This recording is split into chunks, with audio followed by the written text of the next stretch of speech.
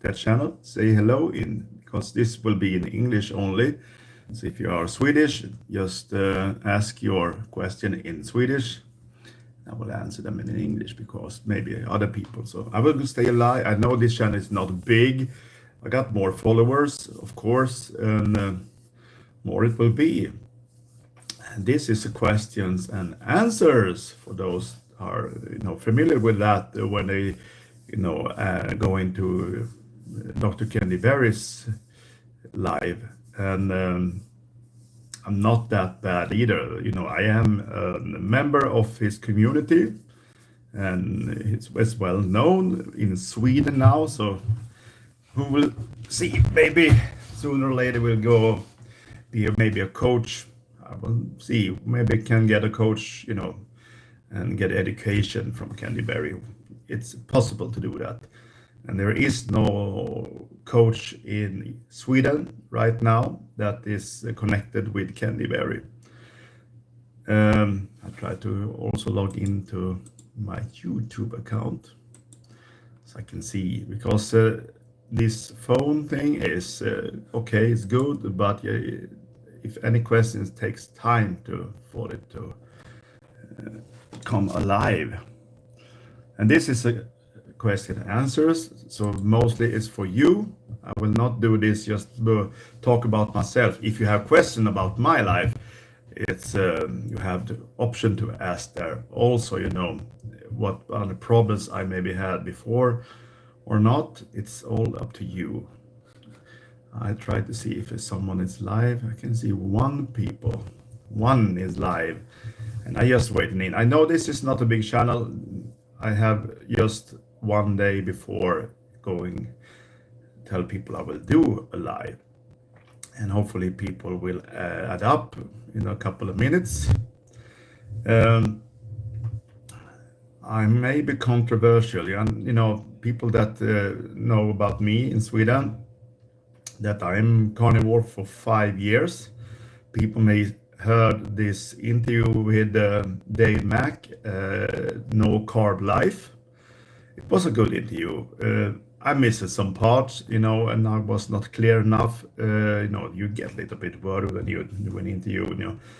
It's a lot of things to keep your head on, and a lot of things to remember. And when you're getting new life, not a new life, maybe a real life, away from all the problems, you soon forget about the bad thing, and you want to keep on and moving forward. So what I forgot with that interview was that I was also chronic depression from same year since I was 30 years old. I also got leg edema. That was a big wound, and was almost be almost cut off the leg. Could have gone really, really bad. I have photo of that in Instagram.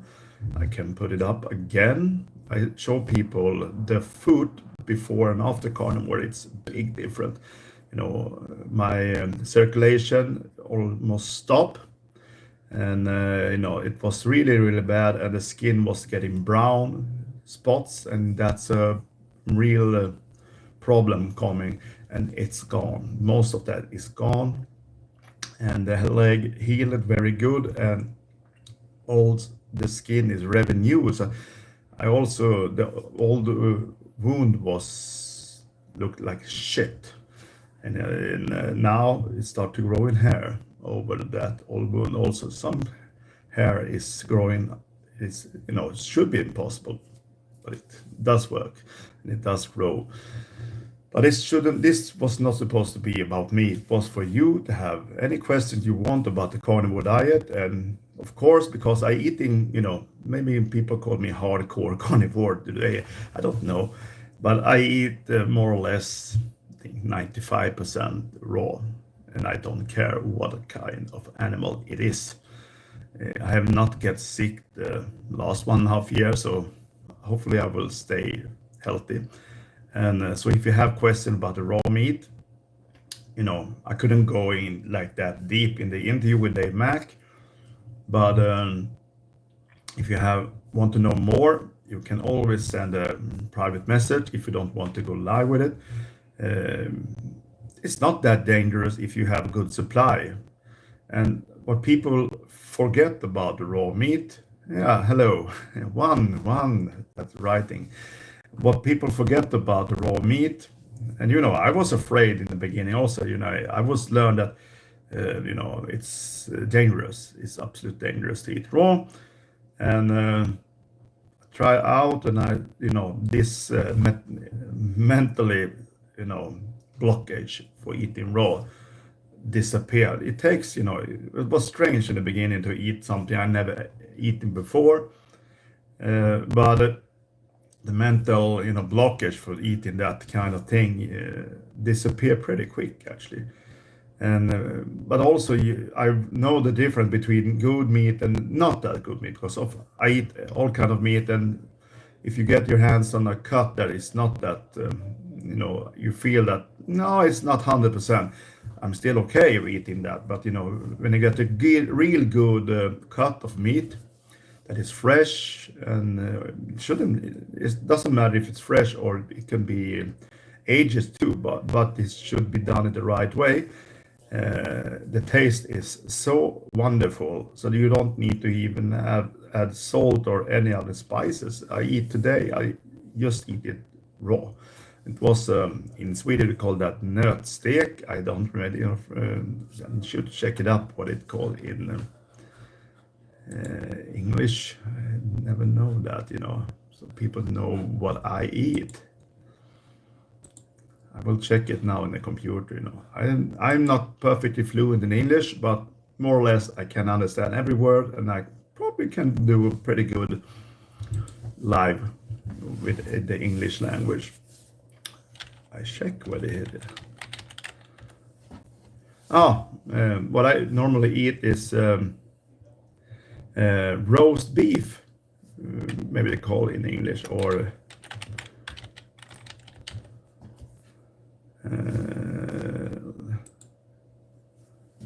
rump steak. Rump steak is phenomenal nice to eat raw. So if you never eaten raw, try the rump steak, or that rump steak is perfectly fine to eat raw, and it's so juicy and tender, and it's very cheap cut in Sweden. You can buy them for around $6 per pound in normal price, and it's Swedish meat here in Sweden. So, and okay, some cuts is really really good. You can actually find almost like it looks like an sirloin steak with a lot of fat in it. So I'm very happy when I find it. I will buy a lot of it. But the problem is it can be too lean. Then you just add the fat.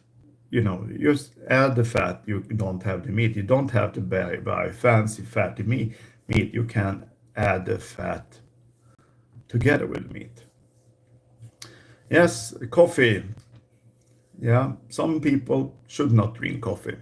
Some people can drink coffee. And if you can drink coffee, don't drink too much. I drink coffee not every day. When I did the fasting thing, I avoided coffee. I ended my fast like this. I go out walking, and I did long time fasting, 7 days fast. And I go to a coffee shop in town because I was employed, and I want him to do coffee and in a big glass. And then I told him to fill up with heavy whipped cream, not whipped but heavy cream. And he, doing the same as you do a coffee latte in Swedish, cafe latte, cafe au lait, I think it's called. But with heavy cream, that's a lot of fat. So he do that for me, and I drink that fat coffee as getting my body ready after a long fast. Then I walk home and start to eat a little. And people say, "Oh, a lot of fat, you're not good." But the fat is not that big problem if ending your long time fast. It's little carb, it's a lot of fat, But I feel very good ending my long time fast with a a good amount of heavy cream and with a coffee. Also, I realized that if you're ending a fast, because this would be the coffee, I will say about it. When you do a longer time fast, your phosphor will go down. And if you want to avoid like a refeeding syndrome, you can add, in some cases, you add something that contains phosphor, and this will help your body to not overreact when refeeding. So that's the one thing you can do. I don't know if the coffee contains any phosphor, but I know that help, because people must realize that I don't if you don't listen, the interview was long. I did, if you look at the world record, Guinness World Record for fasting, it was a guy, I think he'd done 382 days fasting. But the case is that was not the real fasting. People are, fooled by that. I think it was done in the late 60s.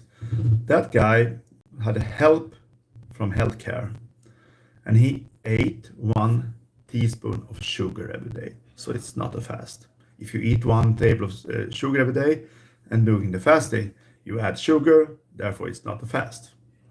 So I look up how that fast was done. It was added 1 teaspoon of sugar each day. And he also ate nutrition yeast. So that fast, that record was not a real true fasting record. But I did this type of fasting. I did 7 days fast, pure fast. I didn't add anything except salt, electrolytes and water. And I ended my fast with a coffee and with heavy cream. But I did 7 days fast. Then I go over and eating every second day. So did 40 hours fast, 2 meals, 40 hours fast. Then I go back to 7 days fast. So in the end, every month I did 22 days of fasting totally, if you count the hours. But it was 14 days real fast without any supplements. For 50 months, I did this. So totally 22 days per month for 50 months. And that was totally because I had full control of the fasting with an app. So I did a 9,800, no, not 9,180 hours of fasting totally under 15 months. And I dropped over 220 pounds, more than that actually, and solved a lot of problems. But that was the only way for me to get rid of this overweight, because it's almost killed me.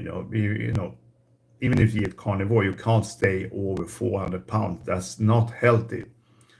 So I realized that I needed to do fasting, and I come to the conclusion now: the more fat you are, the more you can fast.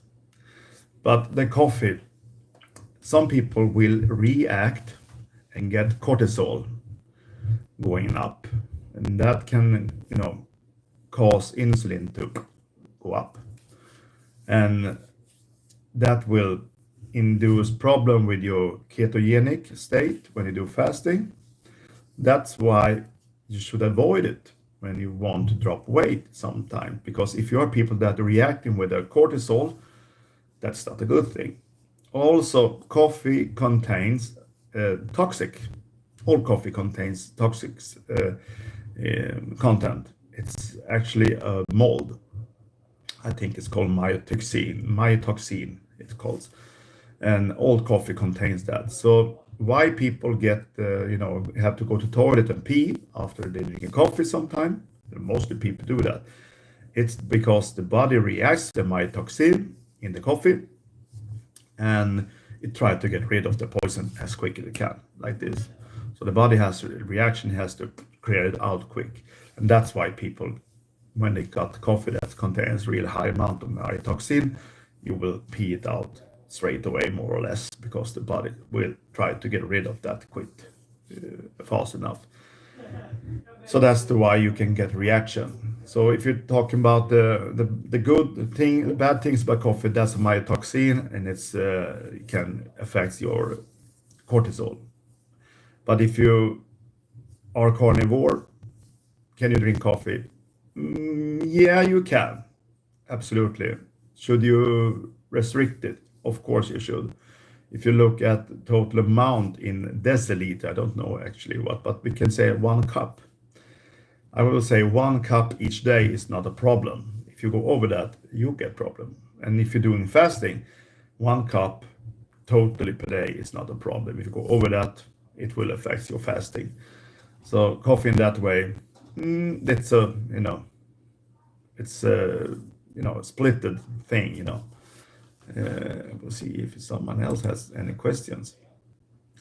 And how do I look? Look at, I turned 49 this in 2 months. I don't feel like that. So people that think if I cut this beard away, I do not think that people will probably think I'm more than 40, maybe not somewhere in right around 39, maybe, because the skin is healing. So if you're doing the carnivore and doing high fat, as it looked right now, last 2 months, I've been around 90% fat intake of the total energy intake.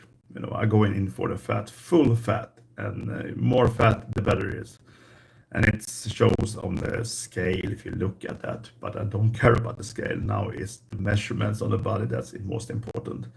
And if you look at t-shirts, I'm down. Before I start working 6 months ago, I had 4 XL, extra large, 4 extra large, and down to 3 extra large, and it's loose fit 3 XL.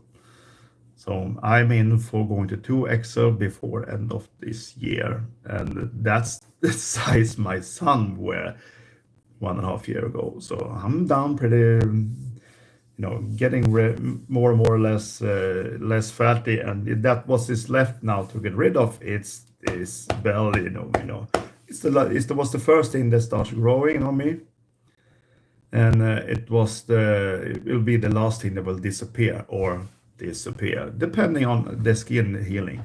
What is looked now right now is that the skin is healing more or less, and I have no excess skin. If you look at here, look at picture of me. I had double chin here, all here. I didn't have a neck. It was up like this, and I had this, and it was a lot of skin, but it's more or less going back totally. And I getting old, of course. And all the skin around under the arms are more or less gone. The excess skin on the legs is going back. So it's the belly, I will probably fight the most with. Update about your fat fasting. Of course, I did that actually in Friday, I think, because I did that for 3 days and I ended it Friday. And why I did this is because it wasn't, on Twitter, you have Sean Baker asking about how much can you just eating fat. It wasn't thread around 2 months ago, I think. And what will happen if you do that? And so everyone says, oh, you will get diarrhea. You will shit your pants, actually. And I did this now for 3 days. And just ate raw pork fat. Raw in that content, it's dry salted. And I do salt on the fat for for 1 centimeter of thickness. It's 1 day dry salting, and it's 2 centimeters, 2 days dry salting. And I wipe off the salt, hang the fat in the fridge for up to 1 week, 10 days, so it dries out totally. So you get the fat content, no moist. And I eat that. I said it. I cut it in thin slices and eat it like candy. If you look at it, talk about it. And it's salty, of course, it gets salty. But the funny thing is that pork fat contains potassium. So you need potassium when you're fasting.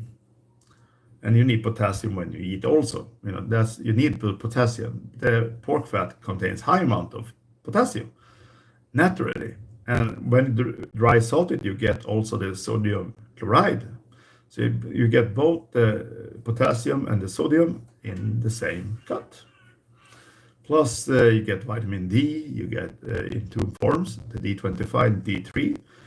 And if it's pasteurized, you get high amount of vitamin D. The tests that I found shows that if you buy pork fat from a pig that has been outside in the summer, eating, being outside and eating what it should eat, it will have amount of vitamin D, D3, will be around 1,000 international unit per teaspoon.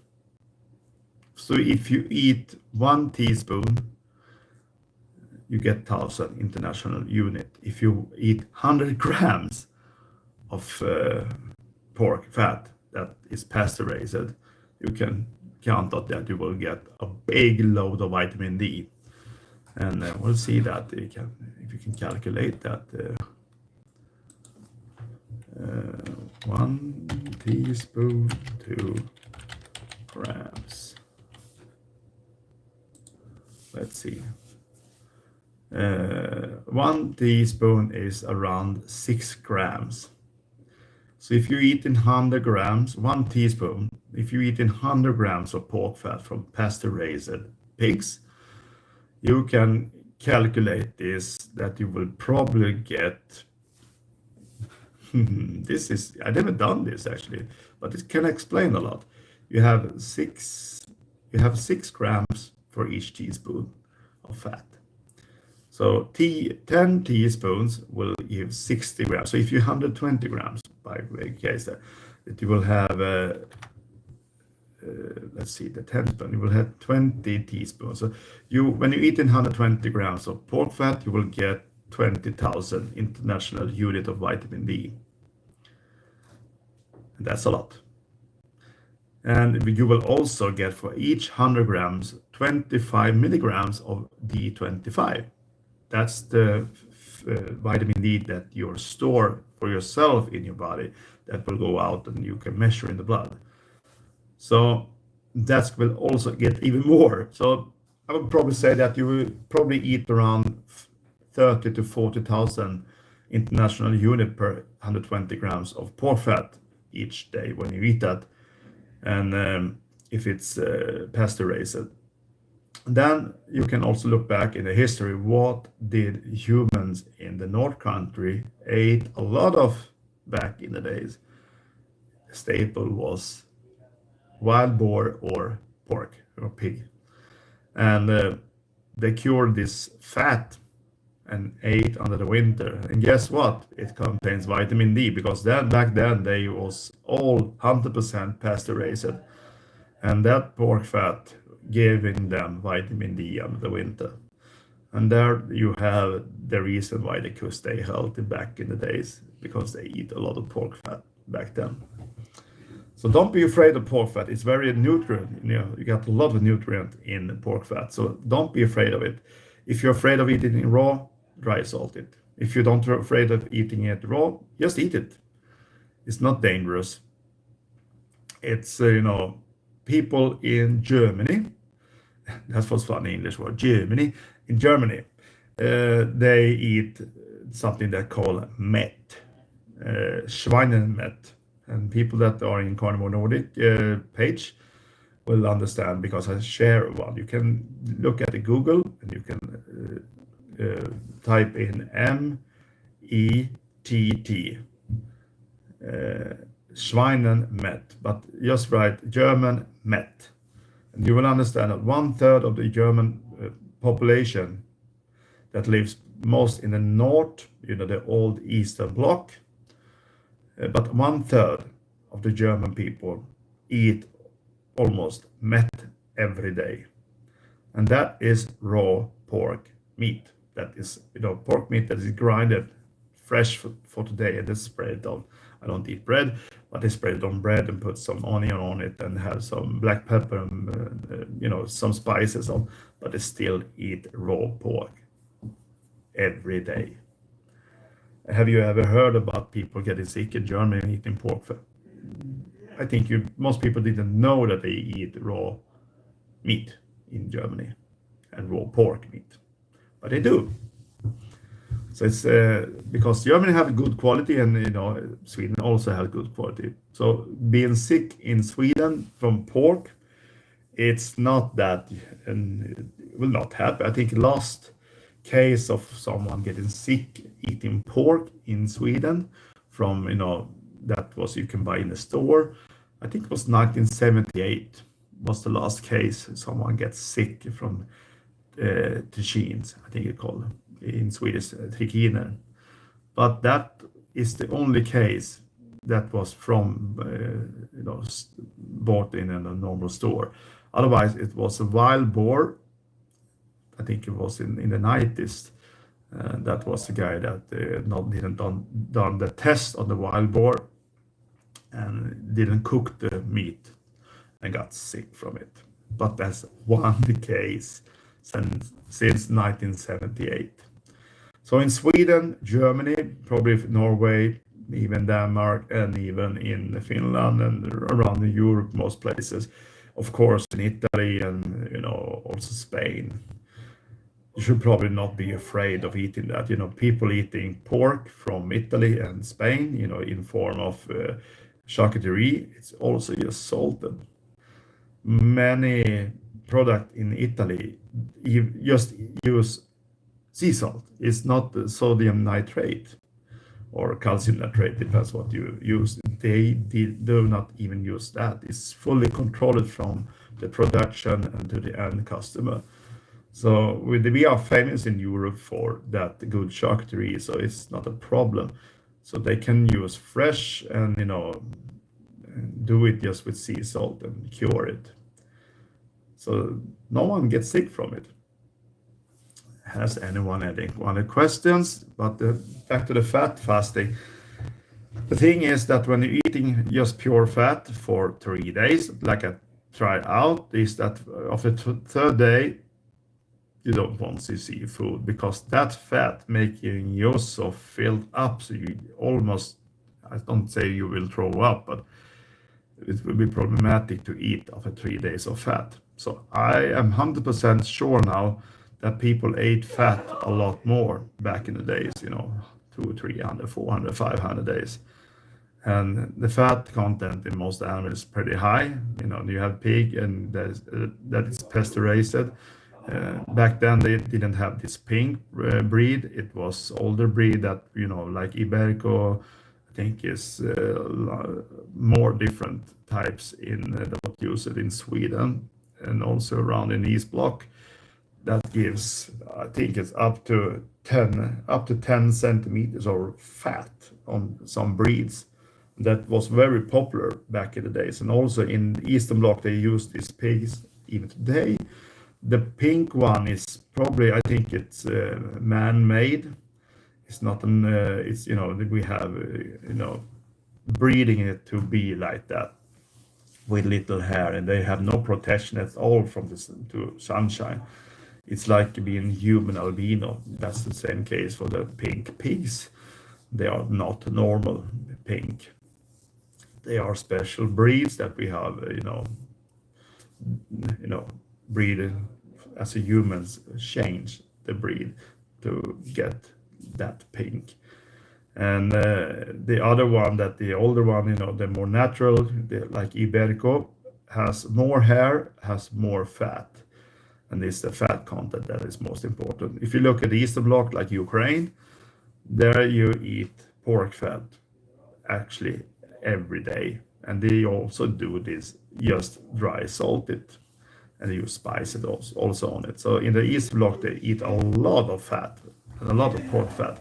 They have never ever got into this modern food style in this area in Europe. They're eating full fat in these countries. And if you look at the guys that, because I work with Ukrainian people in my work, we have they employed, and everyone is super strong, super healthy, not a problem, almost never sick, and they still eat the same food in Sweden because they have people, going back, because you can't travel to Ukraine even under war because not all the countries in war, so they go back sometime and they bring pork fat back to Sweden. So I taste that type of breed, and it's a very nice tasting fat. It's totally different from the pink breed that we have. So the other thing is that you will get so tired when you're eating fat. So After around 2 3 days, you will probably not want to eat food at all because the fat will make you so full. And also, people say, "Oh, you will get diarrhea." Nope. The first shot at the I will say shot at at the toilet was actually precisely the opposite. I was a bit, constipated. And the day after I go to the toilet again, it was, of course, when you're eating only fat, the color will change. So it was light brown, but still brown. The consistency was perfectly fine, not constipated, not diarrhea, just perfect consistence. And it was, easier to go to toilet the day 3 than the day 2. And no diarrhea whatsoever. Not a problem. So, do you get diarrhea from eating raw fat? Nope, because it's not pure 100% fat. It's also contained, I think, its pork fat is around 2.8 grams of proteins per 100 grams of fat, and it has also different amino acids. So it's not pure fat. It contains vitamins and such things. So the pork fat is actually nutrition. So you will get nutrition and also fat.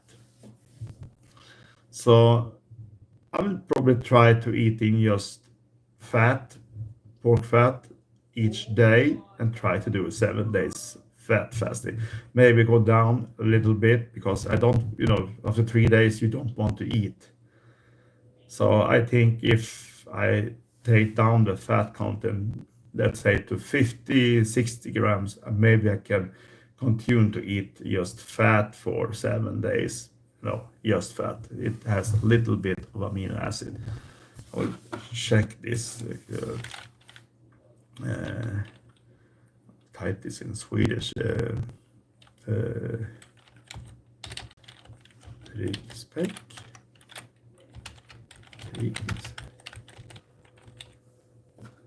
Type this out. Maybe I'm a little bit wrong. No, it's actually very good there. So I will see. I read on the computer now, and it has. Let's see here. You have B12 actually also. 100 grams of pork back fat contains actually 24% of vitamin B12. So it's not just pure fat. It contains not that much. It has contains vitamin A also. It contains vitamin D, of course, vitamin E.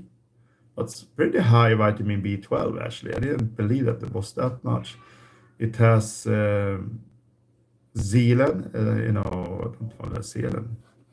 What is that called?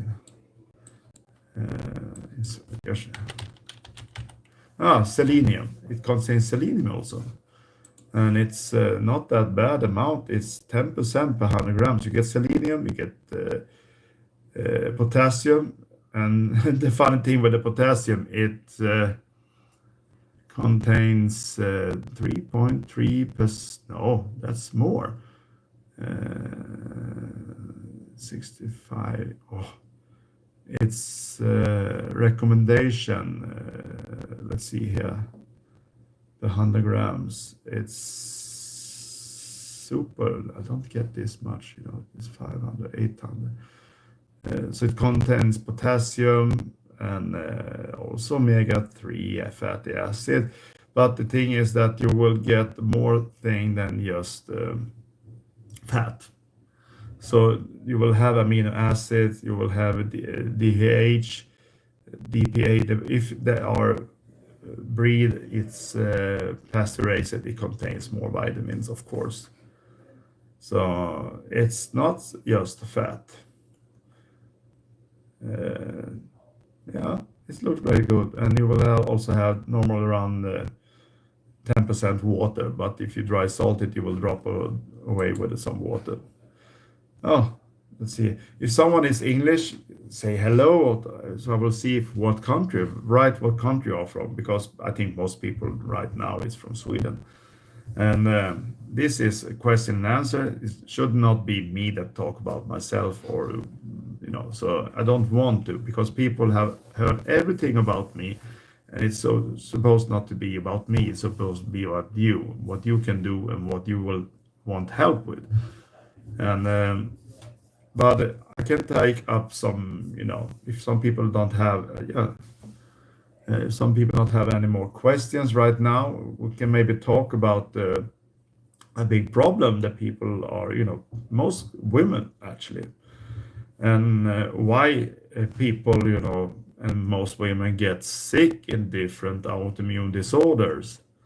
And the first thing we'll have to look at is young women when they are, in the early teens. Boys seems to be able to eat a lot of food. Girls in, early teens, and I remember that also when I going to school, that they don't eat that much food because they don't want to get fat or go up in weight. So they limit their calorie. If you talk about calorie intake, I need to move my hands because it's not fun to sit in the same place though. Um, so they eating not that much nutrition. So when you eat, you're going down in, calorie. If you ever should ever talk about calories, but they go down in food intake, and probably eat an omnivore diet. Most people do that and did that when I was young. And when they grow up and getting older, they still eating that little food, and their metabolism has set to that set point they have eaten. And that is problem for most people when they're eating that less amount of calories, is that you not get all the nutrition that you need. So when women start getting in the 30s, 35 something, or even up to 40, the problem starts. And you're not eating enough fat, because fat is dangerous. And most people that grew up in the 80s and the 90s, mostly in the 80s actually, in the 90s, they have eaten a more or less non-fat diet or very bad fat. And women that are, hormone system is totally, you need to have proper amount of cholesterol to drive your hormones in the right way. If you have some problem having the real good fat in the body that you need, the hormone will not function as it should. So you will get not working with the progesterone and also estrogen. It will not be as it should. When you get this imbalance, your periods will maybe get wacky, and also when you're not getting enough nutrition in the body, something else happens. And you have a thyroid gland, it's producing T4. And T4 is the precursor for the T3, and T4 is made in your, and but it's only stands for 20% of your conversion to T3. Rest of that is made in your kidneys, in your liver, in your heart, in your brain, in your muscles close to the skeleton. And all the body is doing all the work for you to convert this T4 to T3.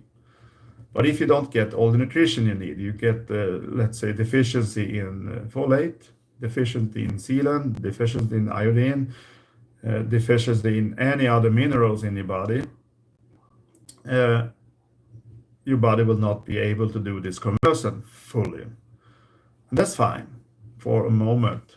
Then your thyroid gland will go in and will go up. Let's say you have a baseline of your body. Let's say it's around 85 to 90% with all the conversion in your body together with the thyroid gland. And your thyroid gland is the regulation, like the gas pedal on your car. Let's say the 80% of the body's maintained is from the body. It's like your, car standing on the, you're standing on a red light and you're not putting on your gas pedal, it idle. And this is where body normal function is. It's idling, and your thyroid gland is there for accelerate. Speeding up a little bit, speeding down. It's the regulation is around 20%. The problem is that when people eating too little, and most women will have that problem, and eating not nutritional, and they go for a lot of vegetables and a lot of other shit, they get too little nutrition. So your body will not be able to convert this in proper amount. So your thyroid gland will kick in and take over some responsibility for this. So it will go up the roof. So you will go from maybe have a regulation run working 5 to 8, 9% in regulation from 0 to, then you will also you will have a little bit space, so you're not hitting the roof. But with going long times with nutrition deficiency or mineral deficiency because you're eating the wrong type of food will affect your thyroid gland, and it will start to be activated and taking over the control that the body normals all the function, the kidneys, the liver, whatever that is involved in this conversion. So your thyroid gland will work its ass off. And when it's done that for a while, you end up with a tired thyroid. It will get not functional because something that will work as hard as it can for a long time will actually stop working for a while, and you're ending up with a thyroid problem. But the problems for the beginnings was mineral or also nutrition deficiency and vitamins deficiency, and your thyroid gland will take over the responsibility because you have too little made in the body conversion. And when you get tired in thyroid gland, suddenly you're losing that 20% regulation and maybe more than that. And you start eating medicine to control this and try to push this even harder. But the problem for the beginning for the most people starting with a nutrition deficiency. And that's why you will have thyroid problems.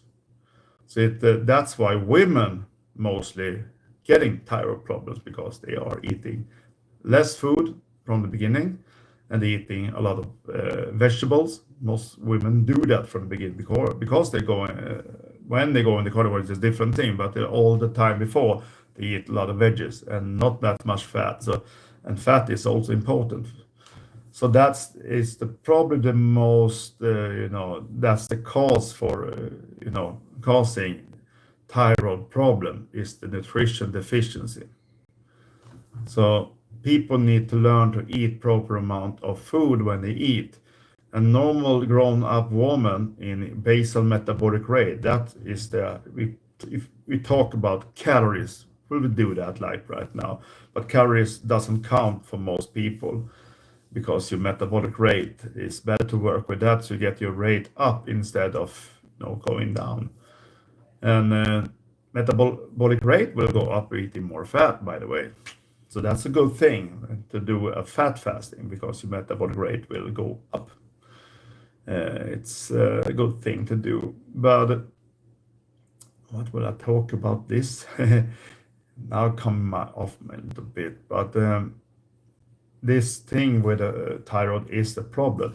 But we go to the obesity, because when I live, I don't get a lot of questions. So if you're new in here and if you are from another state, not in Sweden, you're from, let's say, United States, you are welcome to say hello and ask any questions you want.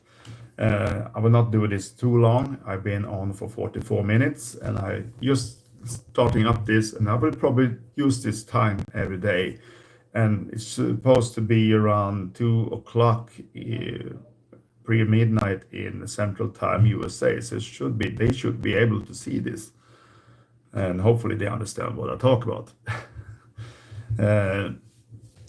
If you look at obesity, because that's also a problem with nutrition. Most people think that obese people eating too much. Of course they do. That's the one thing that you're getting obese, but that's not the 100% the reality or the truth behind it.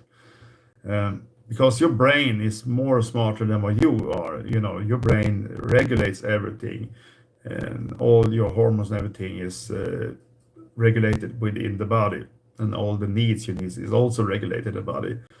Uh, but eating some kind of food will interrupt with your hormone and with your brain. So processed food overall is blended or mixed to make you eating more of that crap. And and the reason why people getting fat is because they have nutrition deficiency. And you say, what the hell? Yep. You maybe eat too much calories, of course, but that's not the case. Not the whole case, because your brain is way smarter than what you are. Because if you don't have nutrition in the body, like all the vitamins and all the minerals, your brain will stimulate you to eat food because you need nutrition. And if you don't eat, you will get sick. But you're choosing eating the wrong stuff that contains phytate, gliadin, oxalates, gluten. Gliadin is one case of the gluten, because you have protein is 30% gluten, 70% gliadin. The gliadin is actually worse than the gluten. Most people doesn't know that. For me, it's why I can't eat grains at all, because I am allergic to gliadin, not the gluten, but the gliadin. And so is my son. My son also tested for gluten. He's not gluten intolerant, but he has problem with the gliadin. So we stay away from the grains. We are not getting any problems with our intestines and will not have blood in the stool. Both me and my son had blood in the stool. So, but it also affects the nutrition uptake eating that crap. And so when you get nutrition deficiency, your brain will tell you to eat. And that's hunger. And that's the strongest feeling a human can feel. And I can promise you, if you get really hungry, you eat. Not matter what what you say to yourself, you will eat. There is not a single human in the world that can control that hunger and not eating when they have the food. If you are out in the wild and have no food, of course you will not be able to eat, even if you're hungry. But if you have food in the home and you are hungry, you will eat. So will the fat people eat. So it's not different that, you can't control it. When you have real hunger, you can't control it. And why does fat people getting hungry? They have a proper amount of more or less, most people that are really obese, let's say you have 100 kilo overweight. It's about, if you talk about weight and fat weight, 100 kilo, that's 220 pounds. It's with the water, it's when you go down, so let's say 1 kilo, it's 2.2 pounds. But 1 kilo is around 7,000 calories. The weight loss is around 700 calories, because weight loss is also water loss. So if you're 100 kilo over, you have 700,000 calories to spend to get rid of 100 kilo fat. And that's the case with the fat people. They can't use that because the brain is settled to get nutrition, and the food you eat in has raising your insulin. The insulin will block your fat stores, and the body will not be able to use that fat because of insulin. So as long as you have high insulin, you will not have energy, and you will not feeling that energy. So that's why you are fat. You need to fast. And you need to you don't need to do like 14 days fast, but start doing a shorter fast to get your insulin down. And it will take time. I know a guy in Sweden, I'm smaller than him now. And he done long fasts to get his insulin down. He could go for 3 days without getting in high ketones. And the ketones is the answer to know if you're burning fat, because if you don't have ketones in the body, you have no fat burn. That's the case. So people that believe that can drop weight still eating food, they are stupid people. Excuse me, but they are stupid. I've been there, done that. You will not be able to drop weight eating and getting your insulin up. And if you are obese, you have insulin resistance. And insulin resistance means that you have more insulin baseline than a normal human should have. And if your baseline is higher, you will not be able to get access to your body fat. So you need to get your insulin down. And that you can check your C-peptide. If your C-peptide is too high, in Sweden, I think the measurement normally in my part of this country, I think that was 0.2 to 0.8 in normal scale for C-peptide. That's it's insulin fast with a different, we don't measure insulin in Sweden because that's temporarily can go up and high and change pretty quick.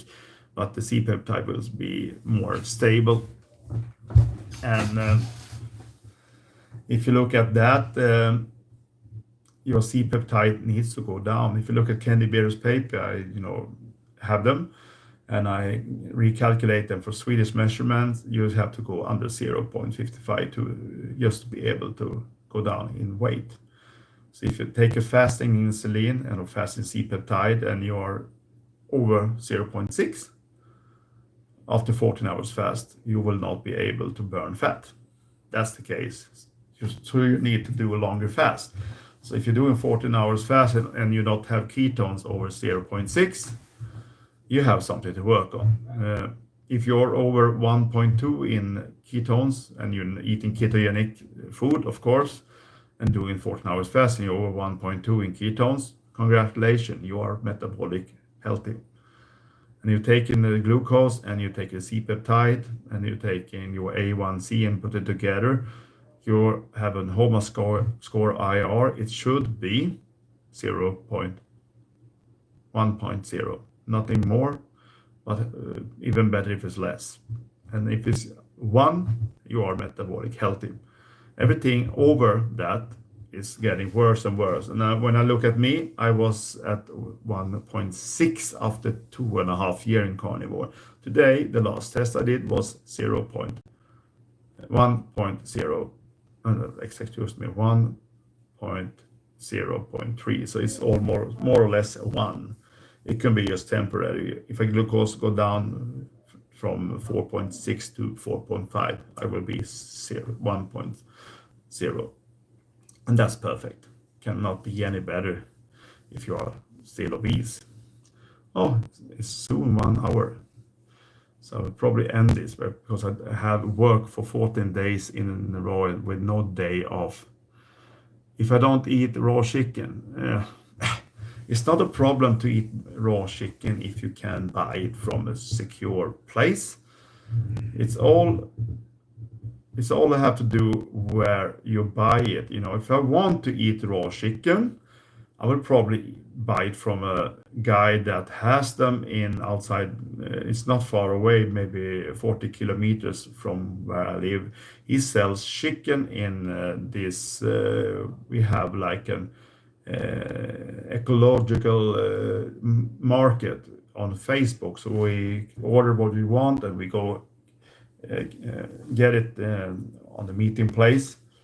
And he has, he's doing his own slaughtering. He tests all the places in the farm before slaughter to check for salmonella and other diseases.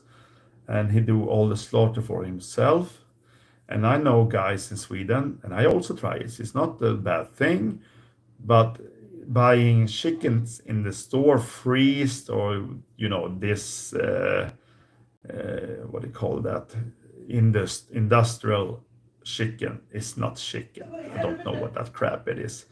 It's not that nice to eat, and it's chicken is probably the worst thing you can eat on carnivore diet. It's totally useless for human because it has no fat at all. So in that case, I avoid birds meat. Mostly I don't eat that because it's not tasty and it's no nutritional is not that good either. It's they are using special breeds just to get a lot of meat out of it. Is and if you look at real chicken that's pasteurized, the meat is more dark, has more nutrition. This industrial crap chicken crap is not nutritional. They grow too fast. They can't have a lot of nutrition, and they don't have it. So if you look at the money I will put, I will not ever buy chicken instead of eating beef. So see me eating raw chicken will not happen. But I have eating duck, and it's darker meat, and it's impossible to eat duck if you cook it somewhere. Somehow it should be very, very, very, red, because otherwise duck will be chewy like the sole of leather sole of an old shoe. It's almost the same shit. So a duck, not a problem. I will probably eat that more or less raw next time I eat it. It's not a problem. The thing that people forget when they think that raw is dangerous is that, of course, it's dangerous. For most people, it's dangerous to eat raw meat because they are so stupid. So they mix that raw meat with vegetables, and that is the worst thing you can do. Because if you look at the cases from diseases or pathogens, people not getting sick from meat. They're getting sick from eating what? Yes, vegetables, because vegetables grow in the dirt, and people using feces from animals to get nutrition for the plants, and that's normal. But they forget to clean that plant before they eating 100%. So 98% of all cases of Salmonella EHEC and whatever it is in Sweden, you can actually go and search it for in Sweden and just say Salmonella cases in Sweden. We have a state in giving all the numbers, and we have 98% of all Salmonella cases is from vegetables in Sweden. And you can then count how many people get sick if eating meat in Sweden. That's not countable. I actually don't think that there is any cases in Sweden that people got sick from eating pure meat and nothing else. So the thing is that your gut, the stomach, we would say probably in English, is when it's working as it should and you eat a carnivore diet and not mixing other foods, you have a pH, I think it was 1.5 that was the lowest, but it's actually 1.4. You can go down 1.4. And if you eat a pure carnivore and you're starting with the fat will induce a lot of bile. Bile is the acid. So if you're eating fat first, starting grounding with the fat, and then you start eating your raw meat, and you will get a lot of bile. And bile is the acid, and you will get a lot of it, and it will get very acidic. So if you go down to 1.4, and you are the animal there is only one other animal in the world that has lower pH than the humans, and it's the scavengers. So the humans has lower pH than lions, lower pH than tigers, lower pH than hyena. Humans is actually made from the beginning in the early history.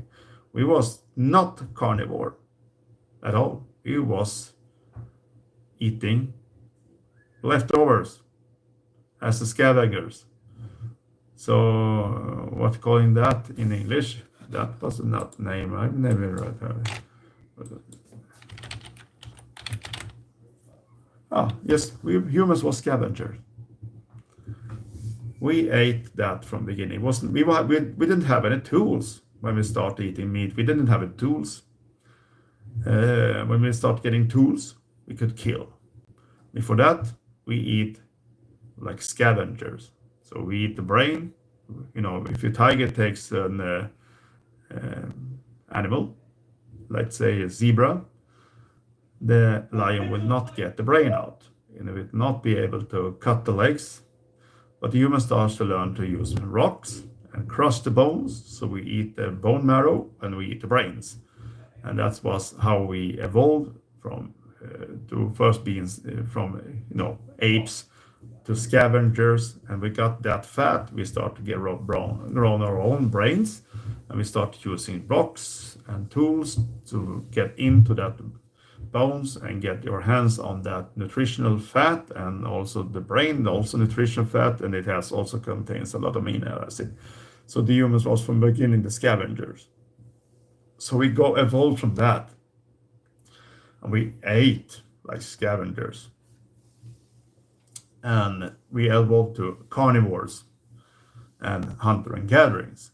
So we actually had acid that kills almost everything that we put in our stomach will die pretty quick. Salmonella and EHEC doesn't survive in a pH under 2. And the human, I'll say, have 1.4 to 2 in pH in a healthy carnivore human. That doesn't mean that you should eat raw when you are starting with carnivore, because if you have eating vegetable a lot before, you will probably have problem to get out enough of bile. So if you have problem with heartburn, don't eat raw meat. You need to get your bile system work as it should. And most problem people have is with leaky gut syndrome, and they have problem to reuse the bile, because normal people reuse the bile and they go back and we reuse it. It's something you shouldn't get out of the when doing number two and push out a stool, poop, whatever you call it in English. It should be reuse it and put it back. But if you don't do it properly way and have leaky gut syndrome and no IBD, IBS, you will get rid of the bile. It go with the poop out, and you will get deficiency in bile, and that's why you will get heartburn. If you get heartburn, you have deficiency in bile, and don't eat raw. You need to get the heartburn away. You need to add probably some ox bile to support your body to start getting your bile function again. And when you get all this functional, you can eat raw. But before that, don't eat raw. So you have to be careful when you're starting doing carnivore and eating raw. So I will say that try first to adapt to carnivore, and if you have any type of heartburn, then you will get rid of that first. Then you can start eating raw if you want to. Not everybody want, but for me, it was the thing that changed my life totally. And when I got some little more money now and do new tests, because I work a lot, so I will get a pretty high salary next month. So I will put aside on some money and do a test for this MTHFR mutation. I'm pretty sure now because my aunt has mutation. She told me she has had it since she was small. She has had to eat vitamin D as a supplement since she was 11 years old. And that was when the vitamin D was available. Before that, they could not get a hands on, because that was the first time they do a synthetic variant of that. But anyway, so she has a mutation. So the chance I have mutation in methylation pathways is probably something I should check into. But when you eat in raw, you get methylation. You get the animals' methylated vitamins ready in the meat. So if you have methylation pathways problem, because you can also damage them, you should probably try eating raw meat, and stuff will happen with your body. And for me, it's the hair on the body is growing that I have never had before. So people knowing me, probably that my ex that I lived with 10 years, she knows that I didn't have any hair on the body. And now I have a lot of hair. And that is the case for nutrition deficiency before. So nutrition deficiency and testosterone deficiency, I had all that. And today is totally the opposite. I have full of everything, and the hair grows like nuts. No, now it's 9 o'clock. It was one from another country. Your motive edit XS. What country are you from? But because I got new followers coming to this channel. Not all have the time to watch this, and also I was sorry that I didn't put up this live content. I will do this. I did that yesterday, 24 hours ago. So if I do this for the next week and starting, I will do the live next Sunday. uh, you will be, can prepare for doing this live and also ask questions. I will not say I'm the meanest one in Sweden, but I am, if people start to call me, and if there is carnivores and there's hardcore carnivore, and not someone calling me hardcore carnivore because I eat in raw. And, I said that I max interview also, this thing with the teeth. I don't know if you can see it. I actually don't brush my teeth that much, I think that when I did the interview with Dane Mack, and today I think done. I think I brushed one time actually, and because eating the raw meat, no, the teeth is clean. They not ever get anything on them. I don't even have, probably I go to the dentist this fall. I probably don't have to do any care at all. Maybe they take. I think maybe I have a little like a small plaque, I think, because most people get plaque. I think I have pretty little, but that's it. The only thing I do is floss my teeth. I floss it every time I eat a meat because I don't want to have meat content between my teeth. It's not dangerous for the teeth, but the smell can be terrible if you have meat stuck between the teeth. It's not that good. But if you look in this slide, you can write what country you are from. And of course, you can share this video if you want. I don't know if it's any useful for anyone because maybe because I talk about the nutrition thing with the thyroid gland is something you can share, of course.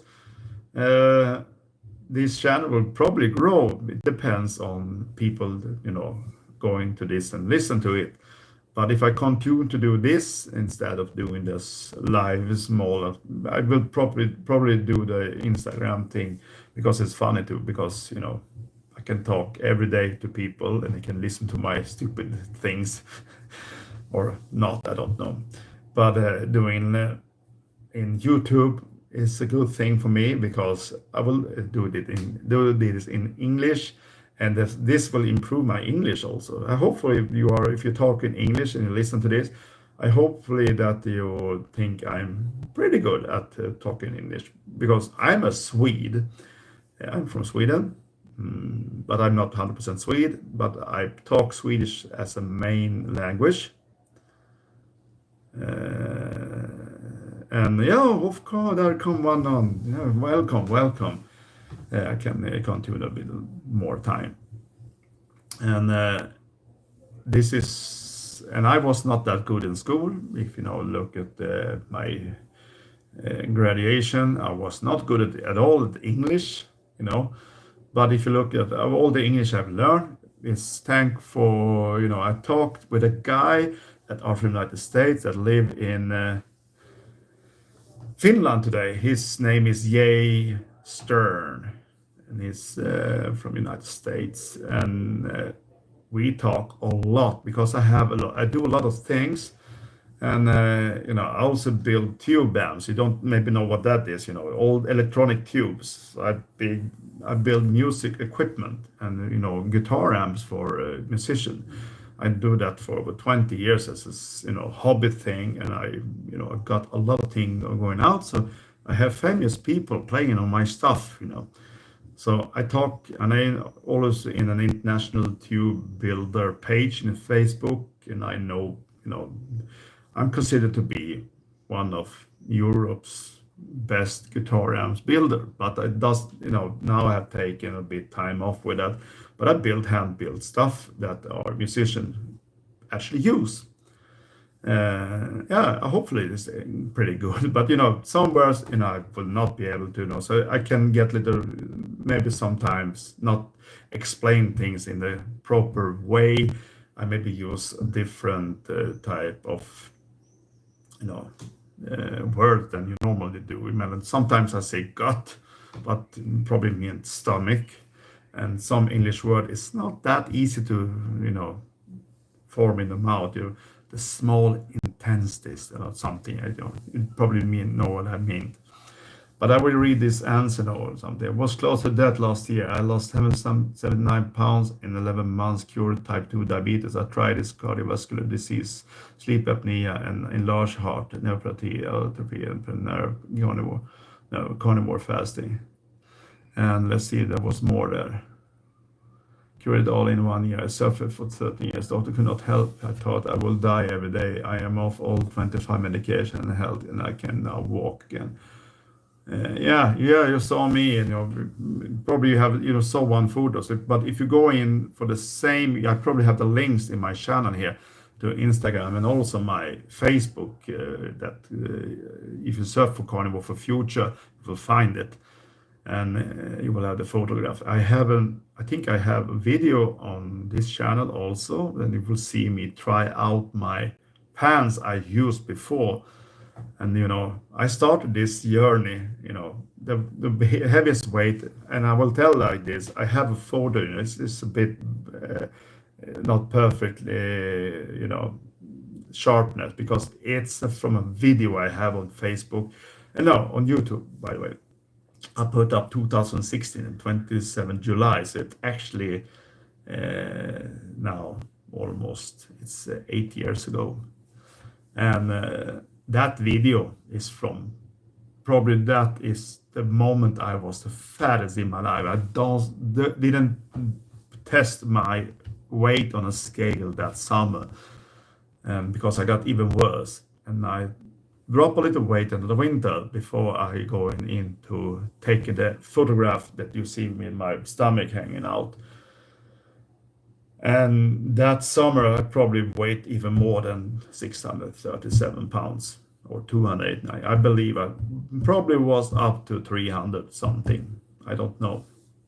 But it's looked like that. If you look at the photo, I'm totally whacked fat. I had never seen, I was, I forgot I put that live video up 2016 because it was, hidden from the public. And I go, shit, what is this? I find myself and, yeah, it was big. And I also got, because I didn't tell Dave Mack, forgot to tell that 2016 I got a wound in my leg edema. So what happened, I was going into a training and, started walking on a treadmill. And suddenly my leg skin just crack open. It just open up. So starting going a fluid out from, the veins. I got the jello fluid, released from the leg, and I going home and I take tape, surgical tape, and tape it together and clean it up and put on jello net, and I stay home. I go sleep with that, and the day after I wake up, my leg was blue. I promise you, it was fucking blue, or more black blue. And that was an infection, not to be, something happens. I go up to the healthcare and, they give me antibiotics and they, wash it and try to, they put the compression with bindings around. And it's almost healed for 1 month. And suddenly I changed the nurse, quit, she got new work. And I got another nurse that was not that good. So almost got together this wound in 1 month, and suddenly it got 10 times worse. So it spread. So I had like an area about, I think it's around 8 inches on the leg that was free flesh. It had no skin. So I got infection, and I got all the some. So that video, I was, with the. There was a lady that started working in that she done, fixing with the horses. So it's used the same technique that's with horses that go into, they're doing horse tracking with them, doing, I don't know what the English word, but in Sweden we call that V75 or V65. They go around with a carriage around and run around, and the horses need to have protection. So she wound me with this compression, and it took me 5 months to heal the leg, and that looked like shit. And I have photo from where it was at its worst after it healing, and I have photo of it today. And the foot also looked like shit. And I got brown spots in it, and circulation was almost gone in the legs. The skin started to die. And I forgot to tell Dave about it, but there is photograph of my legs even on World Carnivore Tribe. I think you can search for my name, Sven, there. You'll find a photo of my leg when I started this journey 5 years ago, and after was just 1 year. And today is almost, I would say it will not disappear, but it's, let's say, if it looked like 90% shit 5 years ago, and after 1 year it was like 50-50 good or bad and something in between. And now 5 years after, my foot has totally healed with the circulation. The foot is white. Before it was brown in the skin because you get the skin dies. In World Carnivore Tribe, you will have a Facebook page. You will probably find it there if you search for my name is Sven Eriksson. You can actually find me on my name, but I will type it. Maybe I can find it. Let's see. I can link it because I have the computer on. So, so I will send you a link to that. So wait a minute. Now I will do two stuff. I will continue now because there was a lot of people from other countries coming in. So not a lot of people, but other people. I will continue this. I'm sorry for not being, more early and telling that I'll do a live. My name there.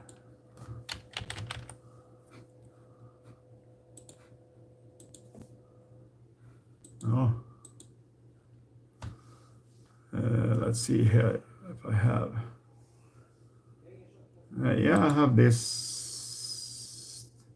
You can, find that photo from my foot. You can actually see that, and you will understand how big difference that is. I will do a link to this. Oh, my old computer. I'm not, probably crash. Let's see here. I will see if I can get this, and we take and copy a link, and I will answer with because I have more accounts. So I will put in the link in the chat right now from another account I have. That's actually my account when I do with the two bands. So I get the links now. So your Carnivore 860, you have the direct link to my feet, how it looks 5 years ago and how it looks today. That's the one link you can actually look at. I don't know if you can copy that or not. Check that. I will see if I can get another link,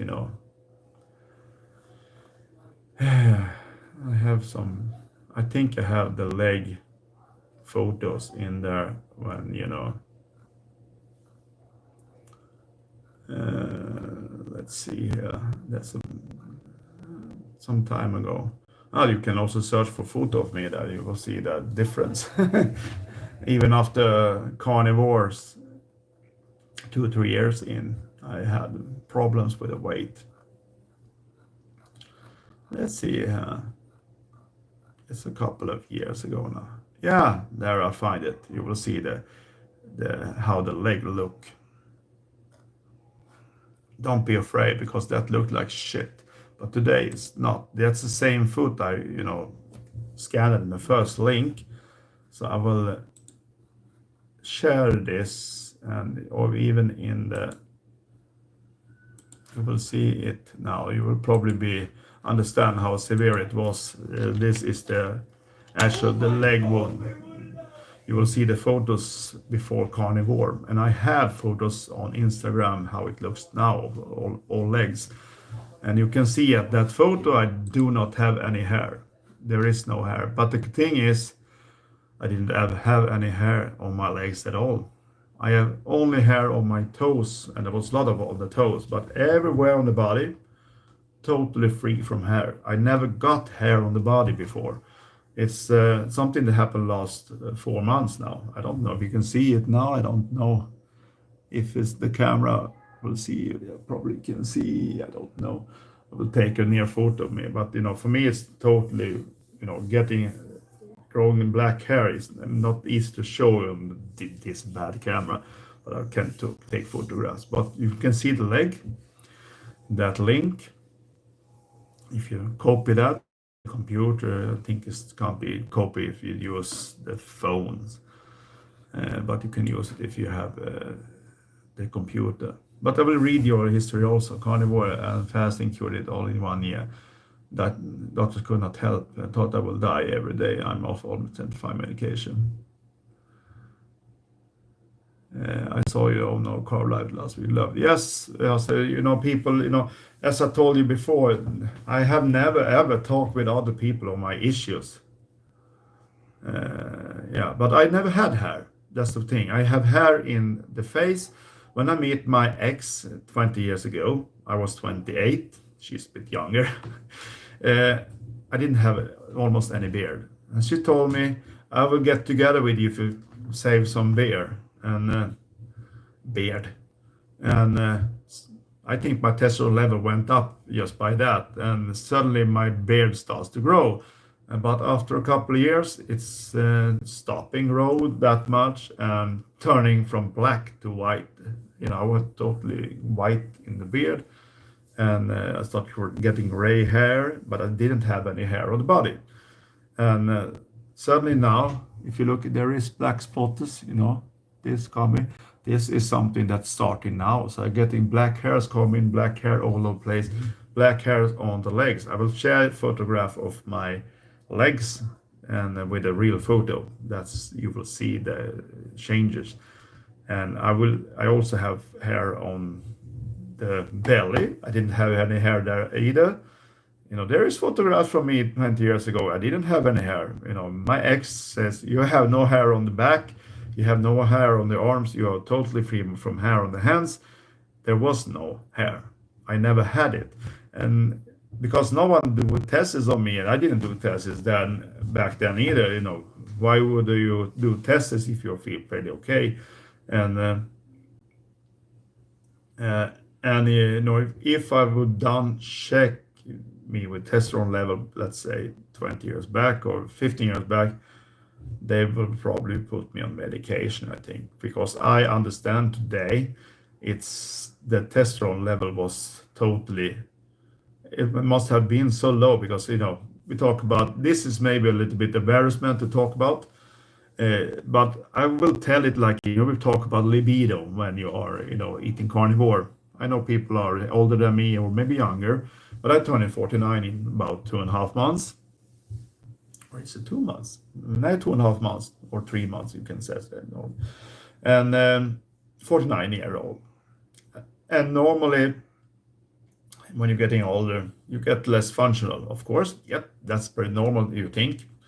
And if you look down there, talk about this guy down there, it was almost totally dead, at least from 2008 and forward to, let's say, around January this year, when I started dropping weight a lot. I going down the weight, but that was something happened because I started growing hair then a little bit, and in February it exploded, and all my tests show that I really improve all my blood works, but never ever test testosterone before. I didn't do that, but I had problems with vitamin B. I had problems with vitamin D. I have low zinc, I was low on everything. That I done tests, but I didn't do tests of testosterone. And they do tests. I have to ask for them to do tests because I didn't. I was unemployed. I didn't have the money to do all the tests, and I wanted to help. And suddenly there was a doctor that, she was education, going, 80 doctor, and they do the practice to get the license in Sweden in small healthcare system. We have like two types. We have the hospital and you have small, primary healthcare, and then you had a hospital. Hospital is expensive to go. You have to pay, expensive, but it costs around $40 to get any treatment. And hospital you probably have to wait, and if you have emergency. But if you go to the normal healthcare, you call and you book in time, and it's not that hurry, and I think you pay $20 for visit in, maybe up to $30, but I think it's normal $20 for a visit in primary healthcare. And so they don't do a test, but this woman, she was the first one says, okay, you're obese, but that's not a problem. So she was the one that helping me do all the tests and starting to do tests. And we found out more and more and more. And I understand this is pretty severe. But they didn't think that, But I take the numbers that, but start to checking around and start to read about the numbers and understand, okay, this is not good at all. And I found out about the fasting with Jason Fung, and I realized that I will not drop weight before I start stopping eating food all the time. And I started doing this, and I was not, didn't know anything about fasting, and I started to invent the wheel again, if you talk that way, because that was what I do. I started experimenting because I asked the doctor, how long can I fast? I asked her, so 3 days you can do without any problems. Then you should eat. It can be dangerous. Of course, it can be dangerous.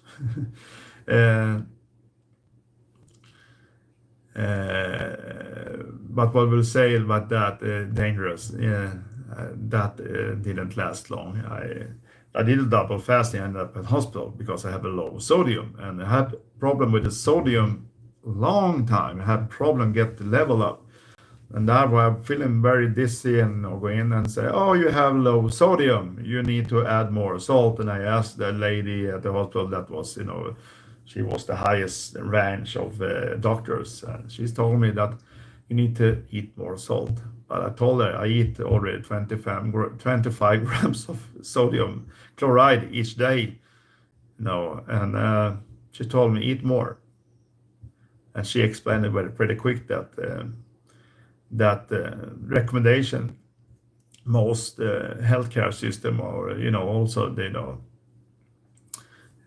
we have the Swedish system that we call that nutrition government. We call that, we settle this English word.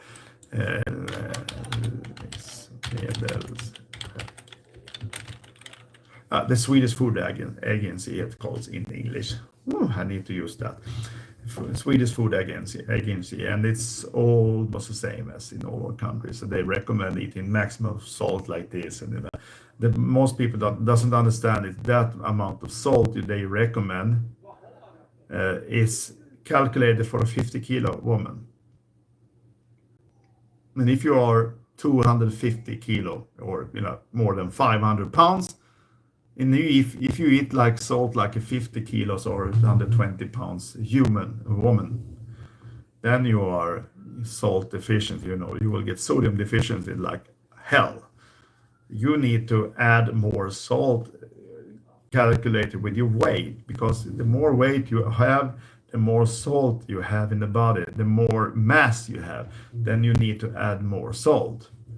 And I had high blood pressure, and I had low blood pressure before, long time ago, maybe 14 years back. I had low blood pressure, but it's changed there, because when you get fat long time and you start to go and gain more weight, because 2010 my weight was just 200 kilo, because I got my son then. I was actually standing on a scale up in the hospital, because I ended up with a strep after he was born. My ex almost died because of the reason is was, she got blocked. The gallbladder was blocked. She got infection or almost died because that blockation. And they do surgery and they almost kill her with the surgery. And I was home alone with a young kid, baby, taking care of him myself while she was at hospital. And that was stressful for me. So I ended up going straight into the wall and ending up in the hospital. And they say you put a lot of water in you, so they give me something to drain out the water, and they take the blood pressure on me. Then I was low. I had 100, same now, around 112 to 60 or something, and now I'm back at that, the low blood pressure. And I just added salt as a, I eat 40 grams of salt each day. People doesn't believe me. There is video of how I drink salt water. I took like a spoon with salt, just put in a glass, let's say a cup of glass.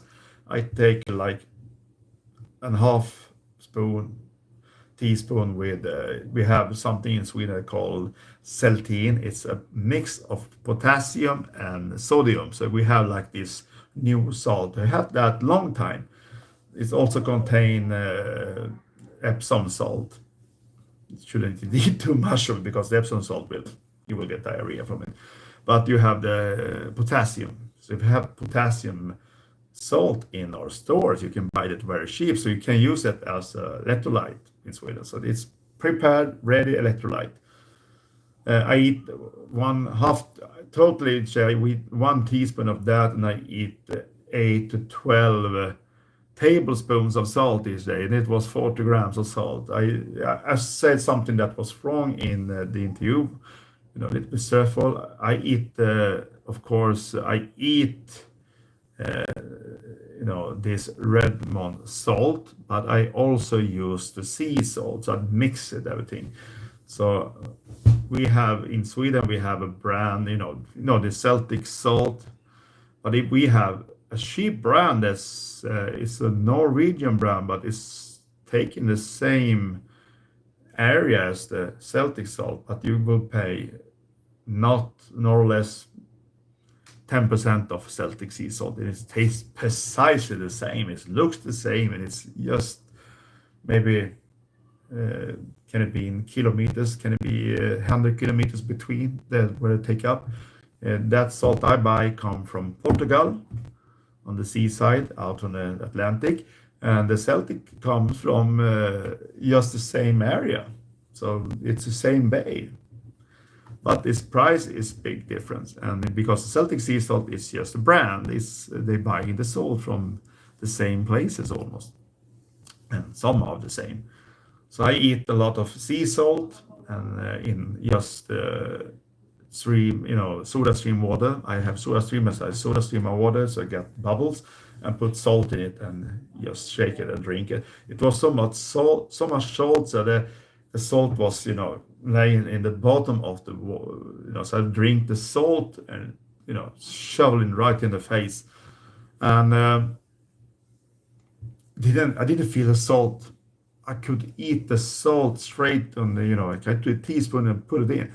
That you can say it's salt deficiency. So what you measurement in your blood is not actually your content in your cells.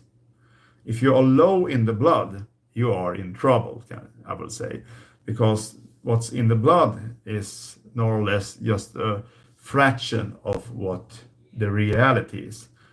So I ended up eating this for 1.5 years, and suddenly I could not eat it anymore. I had to take it down. And today I eat dry salted pork. That's, only salted, and I eat it as it is. I don't cook it. I do not eat that much amount of salt anymore. But if you can, I would say like this, don't be afraid of salt. If you can drink salt in water, you put in salt in water, and you can drink it, let's say you take 2 cups of water. For those are in the United States, I think that's the amount in like 5 deciliters or something, or maybe 1 pint in UK. I think 1 pint is actually more close to 2 cups. Uh, and you put in 1 tablespoon of Celtic sea salt or some other, sea salt that are coarse. And you take 1/2 teaspoon of new salt. I think it's called name in the United States. It's supposed to be around 40% potassium, 50% sodium, and it should be around 8% of Epsom salt. And we in Sweden have this brand called Celtin, and it's just dirt cheap because you will get the potassium that way, because you don't want to overload with the salt without any eating potassium. And can you drink that fully water with a fully, it's so much salt that the salt will not dissolve. Can you drink that without throwing up? You are in salt deficiency. That's the case. You will not be able to eat a lot of salt if you have normal salt in your system. Your mouth will say, "Ugh, this is disgusting." But I could drink water like this. I have movie out when I drink salt. You see me put in all the salt I drink like what's just clean water. And I didn't drink clean water for 1.5 years doing the fasting thing. I just drink pure, I put in, it was more or less drinking water from Dead Sea. Dead Sea in the Middle East, or we'll say Israel or somewhere, Jordan. There is a Dead Sea. It's just pure salt water. It's so much salt you will probably not be able to sink. You will float on it. And it was more salt in my water than Dead Sea. So what you measure in the blood is just a sample of what was out in the blood. But if you're getting low in the blood, you will have problems in the cellular. And that means you have problem with your sodium potassium pump. And that was my case. And why is this? Yes, because 2003, I entered into the healthcare system and say, I want help to go drop weight. And my weight then was almost like was now, maybe half year ago, I was 130 kilo. That's supposed to be around 280 pounds, I think. And I wanted to drop weight.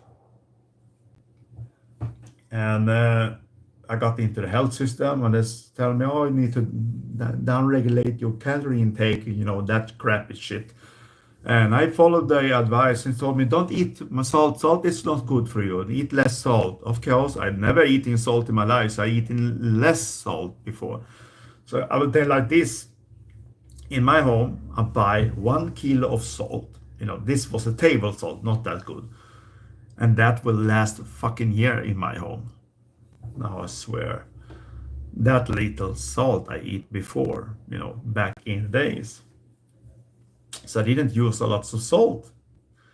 And I never was people, never young, but I realized that eating too little salt have some problem. People don't know this. Because if you eat too little salt, you can get insulin resistant. That you didn't know. You can actually get type 2 diabetes by eating too little salt. And people wonder why people get diabetes today. That's because they have multi problems. They're eating too much carb, they too little salt. Of course, carbs together with salt, not a good thing, but taking down the salt doesn't improve anything, because you will get the chloride deficiency, because you will not be able to make bile if you don't have chloride. That's why you need to eat proper amount of sodium chloride, because you need the chloride to make bile. So when I go into carnivore diet first year or 2 years, people that maybe remember my poop in carnivore tribe in Sweden. We have Nordic carnivore Nordic. You can actually go into that and use translate. There's a very no Carnivore Nordic, if compared to the World Carnivore Tribe, Carnivore Nordic is not people. Most people are very kind. They have understand for people not being fully carnivore and try to transit to this. So they are very kind people. Most people, will not, push you down if you don't do 100% and trying to. So we go into that. We try to help that people are new. Therefore, I do live at Carnivore Nordic also.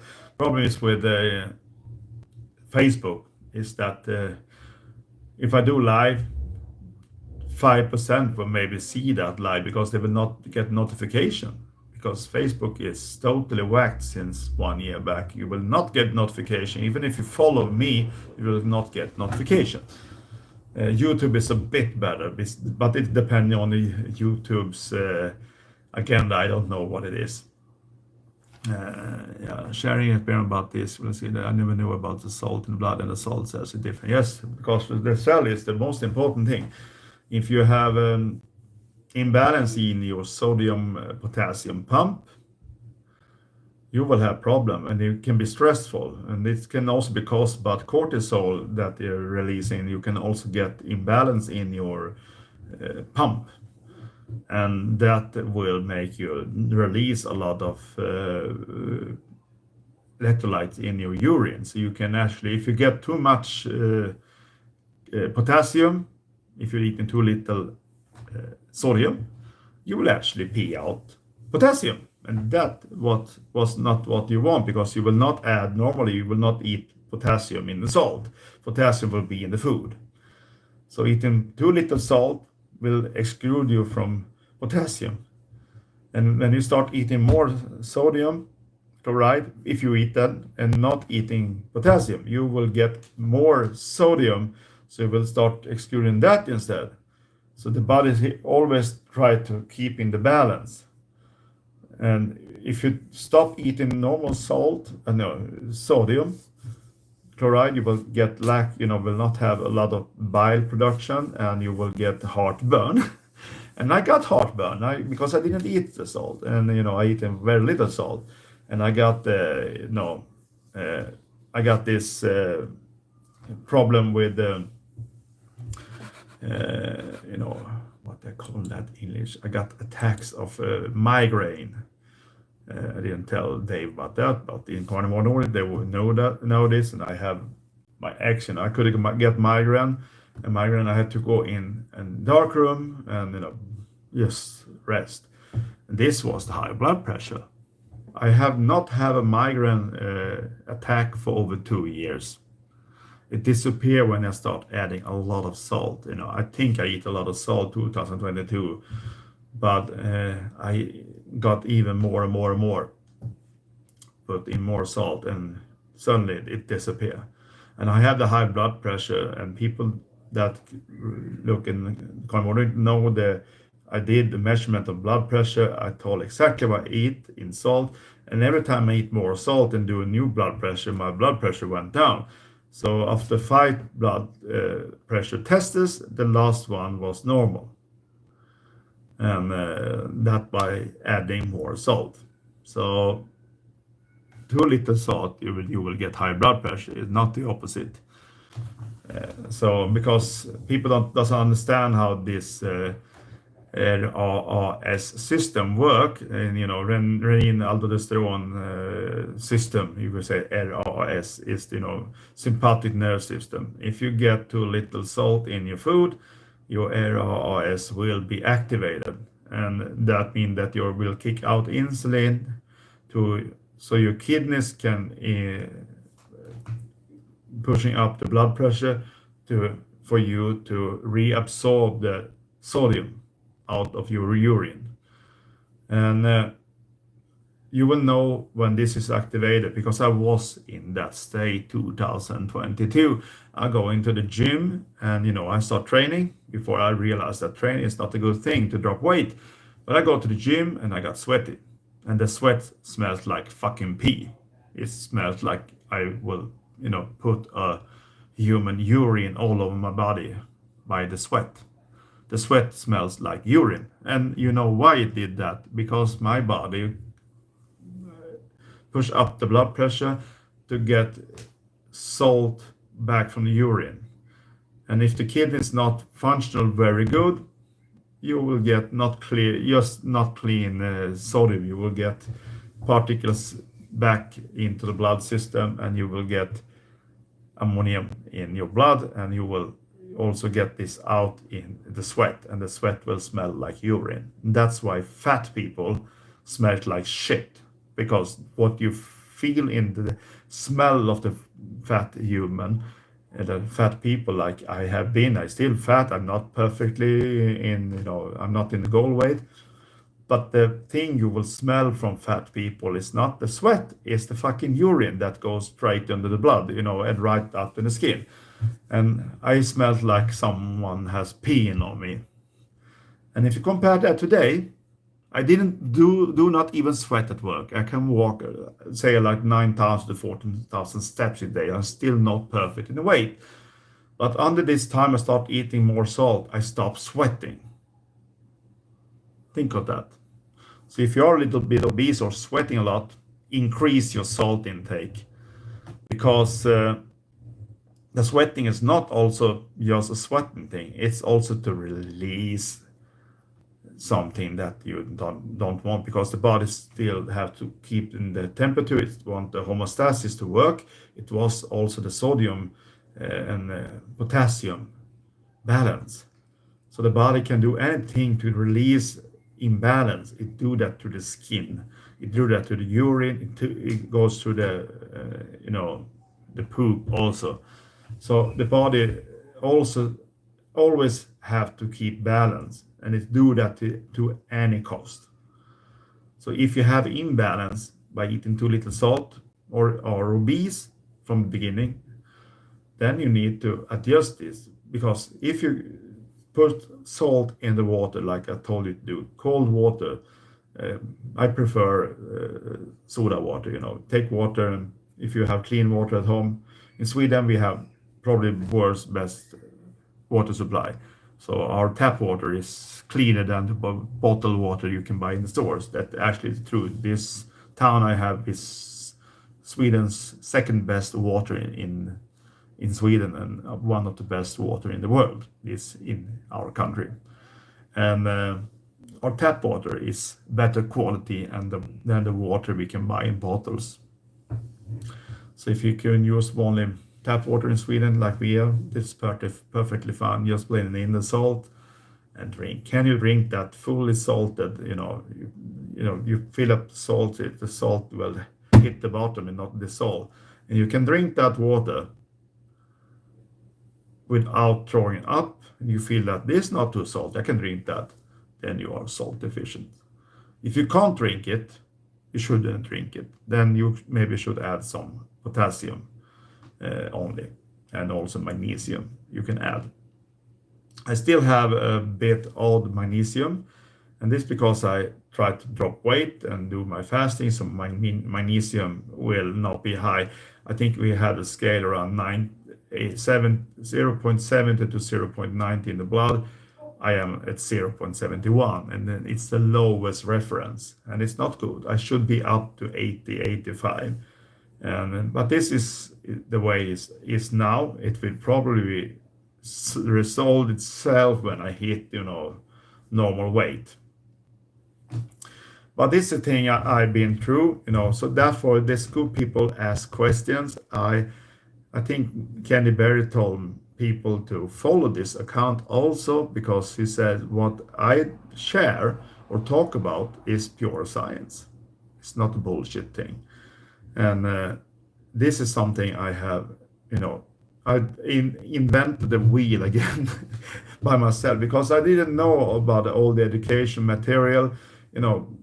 People I follow, this one of my, I don't say his mentor, but I will say at least he is probably one of the most best science in this area. He's not carnivore at all, but he's a low carb, and that is Benjamin Bickman. That guy is someone I follow. I started listening to this guy, And suddenly I hit to Nick Norwitz, also good thing. He's eating keto, but his PhD, so I think it's in, was it Harvard or something? And he spread good science. Also, Benjamin Beekman spreads science. Not he's done all by himself. He spreads science that is peer reviewed, that people will not find it. No, and those two are, the two one I listen most to. Candy Berry is good for, more easy thing. He is well known in his, medication. If you talk about that medical history of people, he will not help you online, but in closet, we talk more about, you know, he dropped out from YouTube and doing inside his community. We have a different thing, so you can do live in a different app. I think it's called, is it TeamU or something we use? I don't remember that, but so he can talk more medical stuff that he's not allowed to do in YouTube. So you will get help. So going in Candy Berry's community will be an opening for you can ask questions at least 2 times per week. I am like pay a little more because I want to access a little more information. Actually, I doesn't have any help from being a member there now because I'm going a bit further than that. I'm not saying I'm the same as Candy Berry because I'm not, but I'm probably more educated than most coaches that are there in there. And self-education. And people say, "Oh, you don't have a degree." No, I don't have a degree, but somewhere you have to start. And all the people that have degrees today, someone book sometime back in the time, and somewhere people start to educate themselves. And from the beginning, there was no educated people at all in medical. This is something that's come the last 150 years, maybe last 100 years. Before that, if you could do something medical, you will get work with that. And then suddenly we start with the education program, maybe 1920, 1930s, and you have to degree to work with this and that. But from the beginning, you was the medicine man in your village or in your city. It was something you have self-learned, maybe learn from your ancestors, and you got this from beginning. Normal medication, no, medicine was not something you was educated from the beginning. It's something people learn from generation to generation. Yeah, yeah. If we look at like this, we have people in Sweden, that are very good educated. I actually got a woman that is she goes into like nutrition school, and she has a degree now in nutrition. And I was the one to correct her about the thyroid gland and how it works. It was something I read about and do reading a peer review paper, also started reading books about it. And she was in her page has to change it after I said this is not right, this is how it works, and I was the one to correct her. And because I don't say, because I have a brain that is different than most people, I can read a lot. But for me, I can read a lot. If I want to be like Benjamin Bickman, I will, get this and I will get a tunnel and I just concentrate on this, a small fraction, and get the best thing I can do. I can do that, but that will not help me. It will not help any others either. I rather go in, okay, this is how it functions, sort of a way. This will be the result if you do this. This will be the result if you do like that. And I try all the thing I can. I tried the fat fast. What the hell is fat fast? It was not that I think it was. When Jason Fung is right about fast fast, they that you mean eating a lot of bacon. But I eat just pure fat for 3 days and test and see what happened. I will try doing it for 7 days, but I will use some spices on my fats. I will do it so it tastes a little bit different. Because I use spices when I can do it. I can't use normally black pepper because my epithelium will drop down. I got this flare up just from this fat. It was Tuesday this week. the epithelium drop off because of I got black pepper that was I not tolerate, so I got some flare up and drop a little bit of epithelium. So we have to be careful, but it heal itself pretty quick, so it's okay.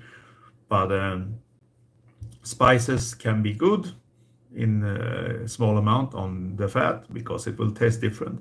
So I will try to do a fat fasting for 1 week and see what happens. So I will not eating at all one with just pure fat and maybe take it down to 60 grams or something, but pure pork fat, nothing else.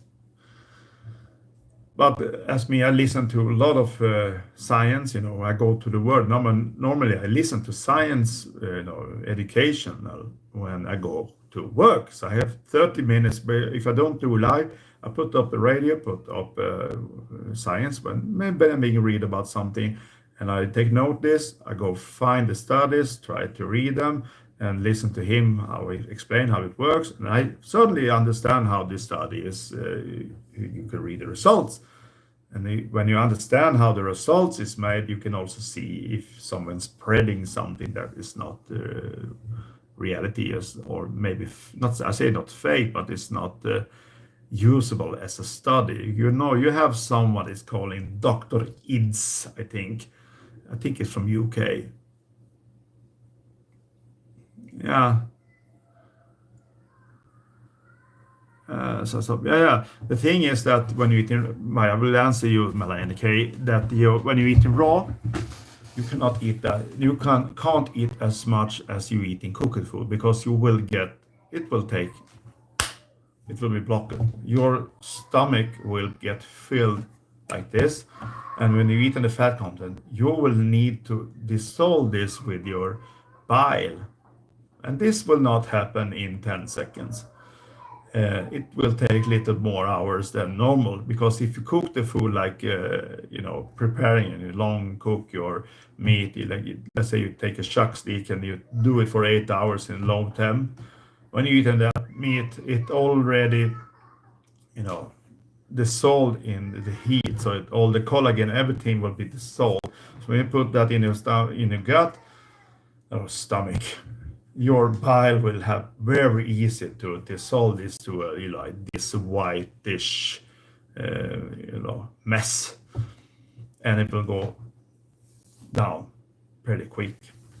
But if the raw meat, you only eat raw meat and raw fat, you will not do that because your body says this is not ready to digest. You need to dissolve this. It needs to be this white mess. You need to, like a soup, and it will take some time. And the bigger chunks you eat, the longer time it's.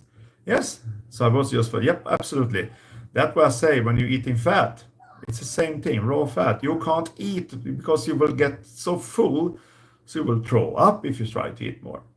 So people think I eat a lot of meat. No, no, no, no, no. That's totally wrong. Today, I ate today with my son. My son, for 14 years old, he eat also raw meat. So we eat the same food. And I took a chunk of, I think it was 600 grams. What will that be in US measurements? I don't remember, but 600 grams is, say, that's half kilo.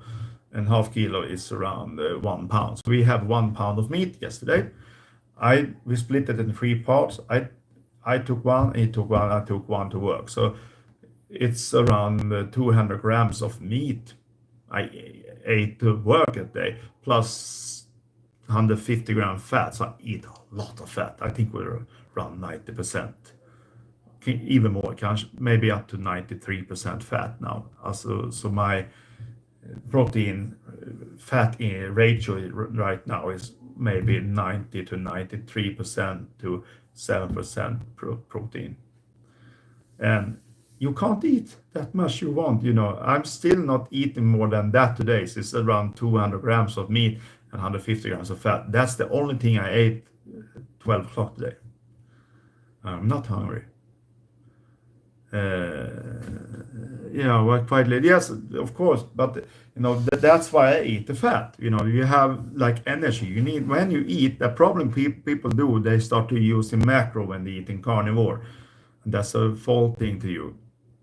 If you're eating food and you eat a carnivore, you have to think of this like you go fuel your car. If you think about this is a simple thing to think about.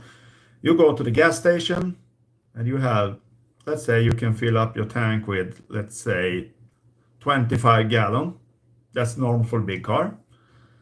Of course, if you have the amount of money on your bank account and you will probably fill up the gas. If you live outside in the country, you will fill up your gas tank full. Because when you're filling up your gas tank, you don't want to do it again next day. You will probably fill it full so you can drive for a while. And this is exactly how you should think when you do with your food intake. When you eat yourself filled, and then you will go for a while before you need to eat again. And this is how humans lived long time ago. We didn't eat constantly every day, 2 or 3 times per day. We maybe not eating some day at all. And maybe the kids got the food, but the grown up maybe could not eat because they eat a lot of fat. Because today I would say they probably eat more fat than we think. Yes, back then, because fat you get satiety very very long time. And if you look people in different cultures, they eat a lot of fat. That fat is the thing that people say. Look at China. They cure the pork fat and they dry it. So they dry the pork fat so they get like rock hard, and they cook the pork fat to they something to do with it so you can store the fat long time. They salt it and then they dry it out totally, and they use cooking, and they cook it up and they get use again, and they can eat that. So they have different styles of preparing, so they can save the fat so it will not get oxidized and destroyed. And people eat more fat before.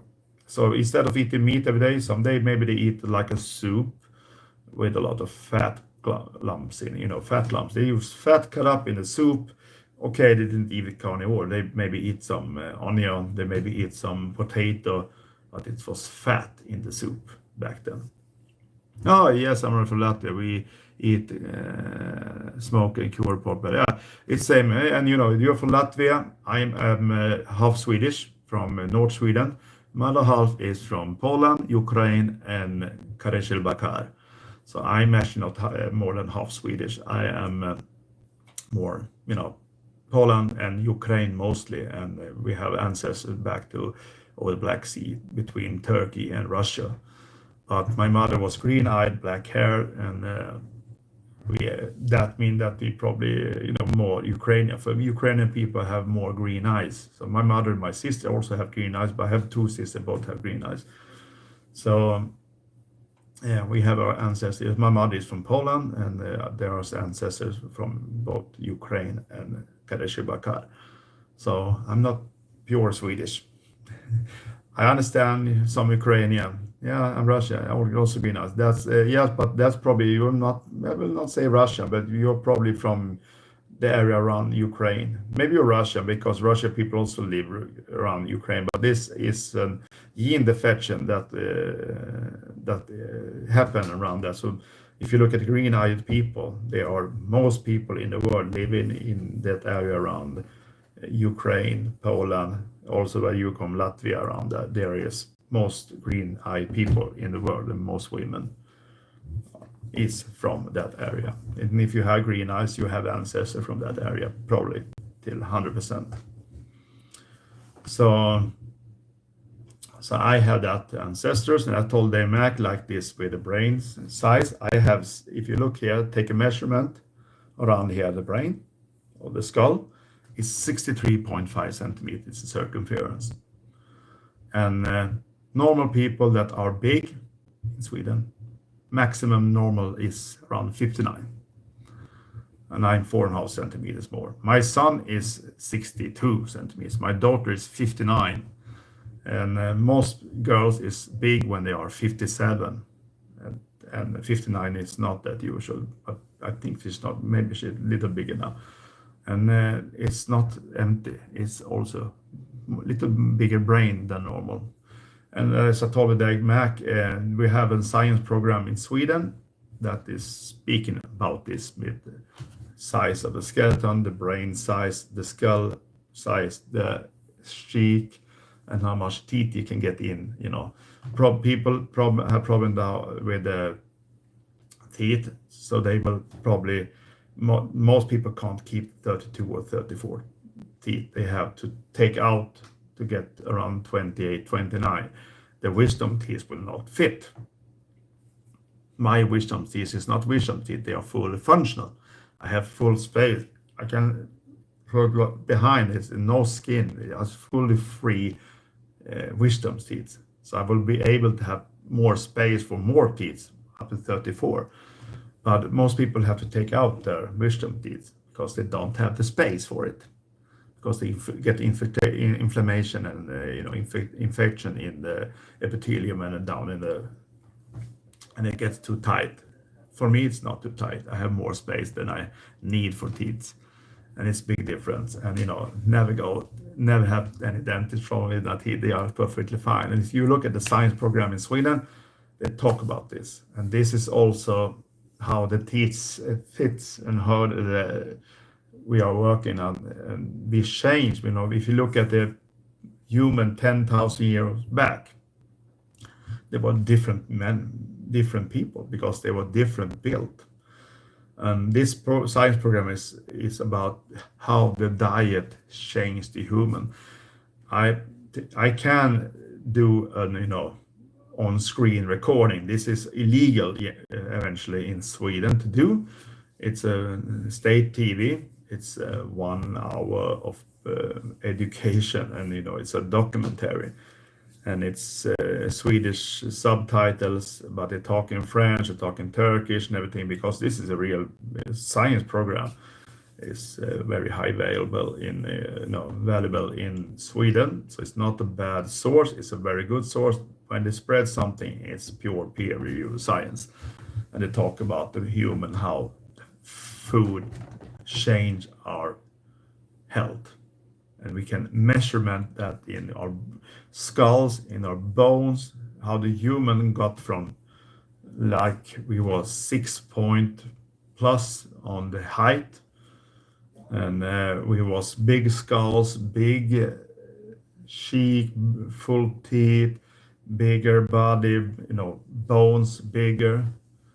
And here I am, because in the program, in that science program, they also say this type of humans still exist in places around Europe, in Eastern Europe, and also in Sweden.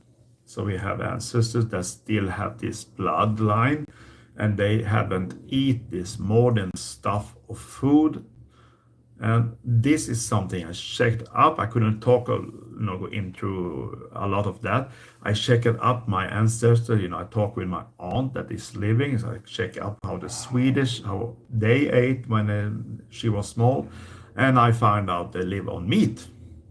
My grandmother on my father's side, she was a slaughter. I didn't know that. But she go around and do slaughtering in farmer house back in the 1940s and 1930s also. In the 1940s it was. My parents are both dead. My mother died when she was 58 years old, was 16 years ago. My father died 2020, 77 years old. They was divorced in 1980s. I didn't grow up with my Polish Ukrainian mother. I grew up with my father. And so they don't live any long. But my father grew up on meat-based diet. I didn't know this. But my grandmother on my father's side, she was slaughtered. So you go around and slaughter animals in farmer, and instead of taking payment, she take meat. So my aunt that's still alive says every time we have visitors from, classmates from coming over, they always ask them, do you want to eat it? And they always had meat. And the classmates say, oh, you have meat. My aunt talk about this like back in the days. So there was very unusual in Sweden in the 90s, 50s and 60s that people could eat meat every day. And in my family, they did that. So look back at my grandmother, she was, using rendered fat. She do all by herself. I didn't realize that she was, slaughter, and also she doing with called in Swedish we call that, I can't remember the name. Uh, Maybe in English or in Sweden we call that kallskänka. I think it's called in English cold pour. The pour, cold pour. You know, she worked with meat. You know, in the stores and everything also, and she cooked very good food. But all the food she made was more or less meat based. So if she ate something not meat, it was potato. That's the thing. I think I grew up with her. I will never serve rice in my whole life or pasta that it didn't exist in my grandmother's food, man. They eat meat and maybe some potato, mostly meat based. I didn't think of this before now, maybe 1 year back. I remember the food when I was there and always tasteful. It was, they use, she cooked with a lot of wild animal. It was venison, it was, deer, everything. She got her hands on, so it was a lot of wild game and it was tasteful. So, but anyway, in the other ancestor from Ukraine and Poland is actually Zaporozhian Kozak, and they was living on fish and meat and hunting because they was going mostly on horses and not being on sitting on one place. So they have to get food, so they hunting for that or fishing for that, and that's my ancestor. So probably what I know today is that probably have ancestors from this hunter and gathering lifestyle that still exists some places in Europe and in the Eastern Bloc longer away. There is people still living like the old times, and they are different size. So if you look at that way, a normal human doesn't get 63.5 centimeter in circumference around the skull. That's very unusual. So I'm big-headed, and we can have problems with that. Also, big hands, big body. I'm, big. So even if I've dropped the weight down to under 100 kilo, I will still be big as fuck. So people doesn't see me as a fat anymore, but I know I'm fat. I have the belly still, but people doesn't see that because I wear my clothes. It doesn't. They think I'm like a muscle man today. Of course I am, but I still have some fat on the body. I have to drop off the last shit. Now I talked for 2 hours. That's so long, but I did this because I got some people not from Sweden coming. But I will do this live, but 1 hour next Sunday. So I will go in and plan this, put it in so more people can join. And if you look in this after this been, live and it will go upload, it will take 1 day, I think. And if you look in this and have any questions and sort of, and if you think this time I did this is too early or too late, or you think I should do live on Saturday instead. I can't do live in the weekends because I work and I have kids every second weeks, and I need to go to sleep. I should go to work soon, so I just work. Before I had work, I could do this anytime, but now I have to concentrate to get money in my pocket and buy meat. And so you can write and what you think, what time is fits for all. I will say like this: if this channel will be more like serious, question and answer, and not concentrate about me. If you have any questions about my life and how I do something, it's okay. But I don't want to talk about myself because everything you should know about me is already out there. You can listen to Dave Mack. There is, if you can Swedish, you can listen to Colting. It was the first interview done last year with the Swedish guy, that's Jonas Colting. But of course, it's in Swedish. There is also one other interview in Swedish and done also last year in the, I think it was November. It's on YouTube, but it's on Swedish. And it's one guy more, I think, that was, and we'll see. Maybe I have a connection with Anthony Chaffee, and we maybe come together and do some live or maybe interview. But I want talk. My goal is to you know evolve this to something and let people try a different type of eating and think of food as a different thing as it is today. My goal as a person today is to write a book. It should not be that big, but the title will be like this: How we humans will become humans again.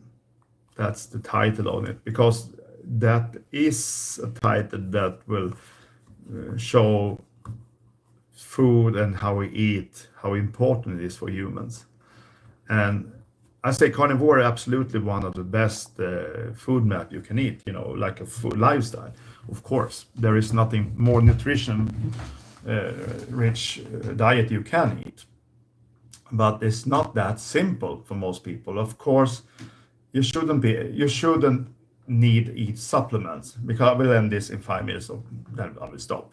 You should not be needed any supplements at all when you're eating carnivore diet.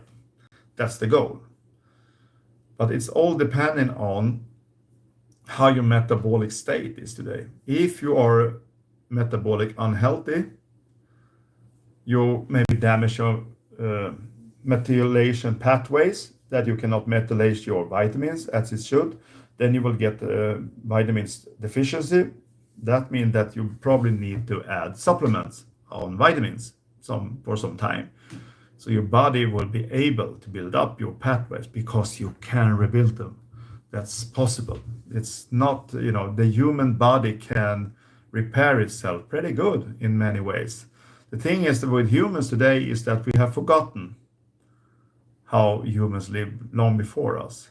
In some old cultures, there's still, this science we use to read about, more or less, is coming. Oh, the fasting was not good. 10 years ago, that was a bad thing, most worst thing you can do. But in most culture, there is fasting, real fasting, not that fasting when you fast a day, you eat at night. That's not real fasting. Fasting when you not eat at all for a couple of days or more, or 1 day or 2 days or 3 days, but changing your food map to eating in the night instead of daytime is not a fast. It's just that you change your way of eating over, after the circadian cycle. And that's the worst thing you can do for your health, is to change the diet and start eating at nights. Your circadian cycle is probably the most important thing to follow. Soon the 5 minutes gone. So if I will end this, I will say the next thing I will talk about, if you have questions and answers, I will talk about something that's important for humans. I will take about the circadian cycle, because that was something I started eating, like when I do the fasting and have this schedule of eating every second day and do my 7 days fast. I started eating after my eating day, started eating the circadian cycle. And circadian cycle is, when you're eating ancestrally, and then when you're eating after your hormones, and eating the right food after your hormones, and after daytime. So you should eat food when it's light out. So think of this: the lamp we are using to make this room not dark was impossible before we start using any oil lamps. And the oil lamp was not this bright, so the people would not even see the fucking food when they ate like 500 years ago. So most people ate food before the darkness. So they ate food on daytime when they could see the food. When they don't see the food, they don't want to eat the food. And today we can eat food in the night because we have lamps. We can, start up lights in the ceiling, and you will have daylight inside. That's not the idea when you're eating at the circadian cycle. You should eat where the sun is going up. When sunshine is most up, you should take a break and eat your food, because then your hormonal cycle will be prepared for taking in proteins. Then you are the strongest man, the strongest woman. You will be able to take up all nutrition. You will have the strongest methylation pathways going on. All thing is hormone driven, and it's it's the sunshine that drives our hormone cycling. Don't use sunglasses. Use them only when you drive car, because you want to see the road. If you drive maybe 30 minutes with a car, it's fine to use sunglasses. Otherwise, not use sunglasses. You need to see the sunshine. You need to have the sunshine going into your eyes. Therefore, working daytime and working night and sleep at daytime is not good for you.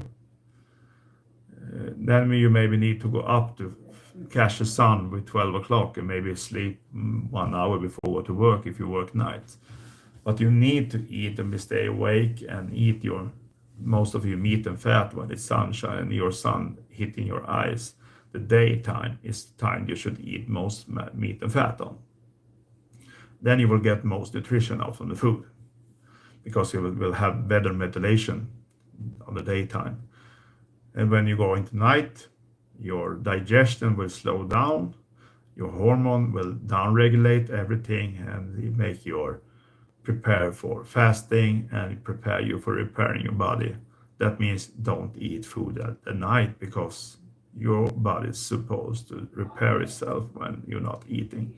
And that's why fasting is a good thing, because you have disturbed this for a long time and not giving yourself some fasting.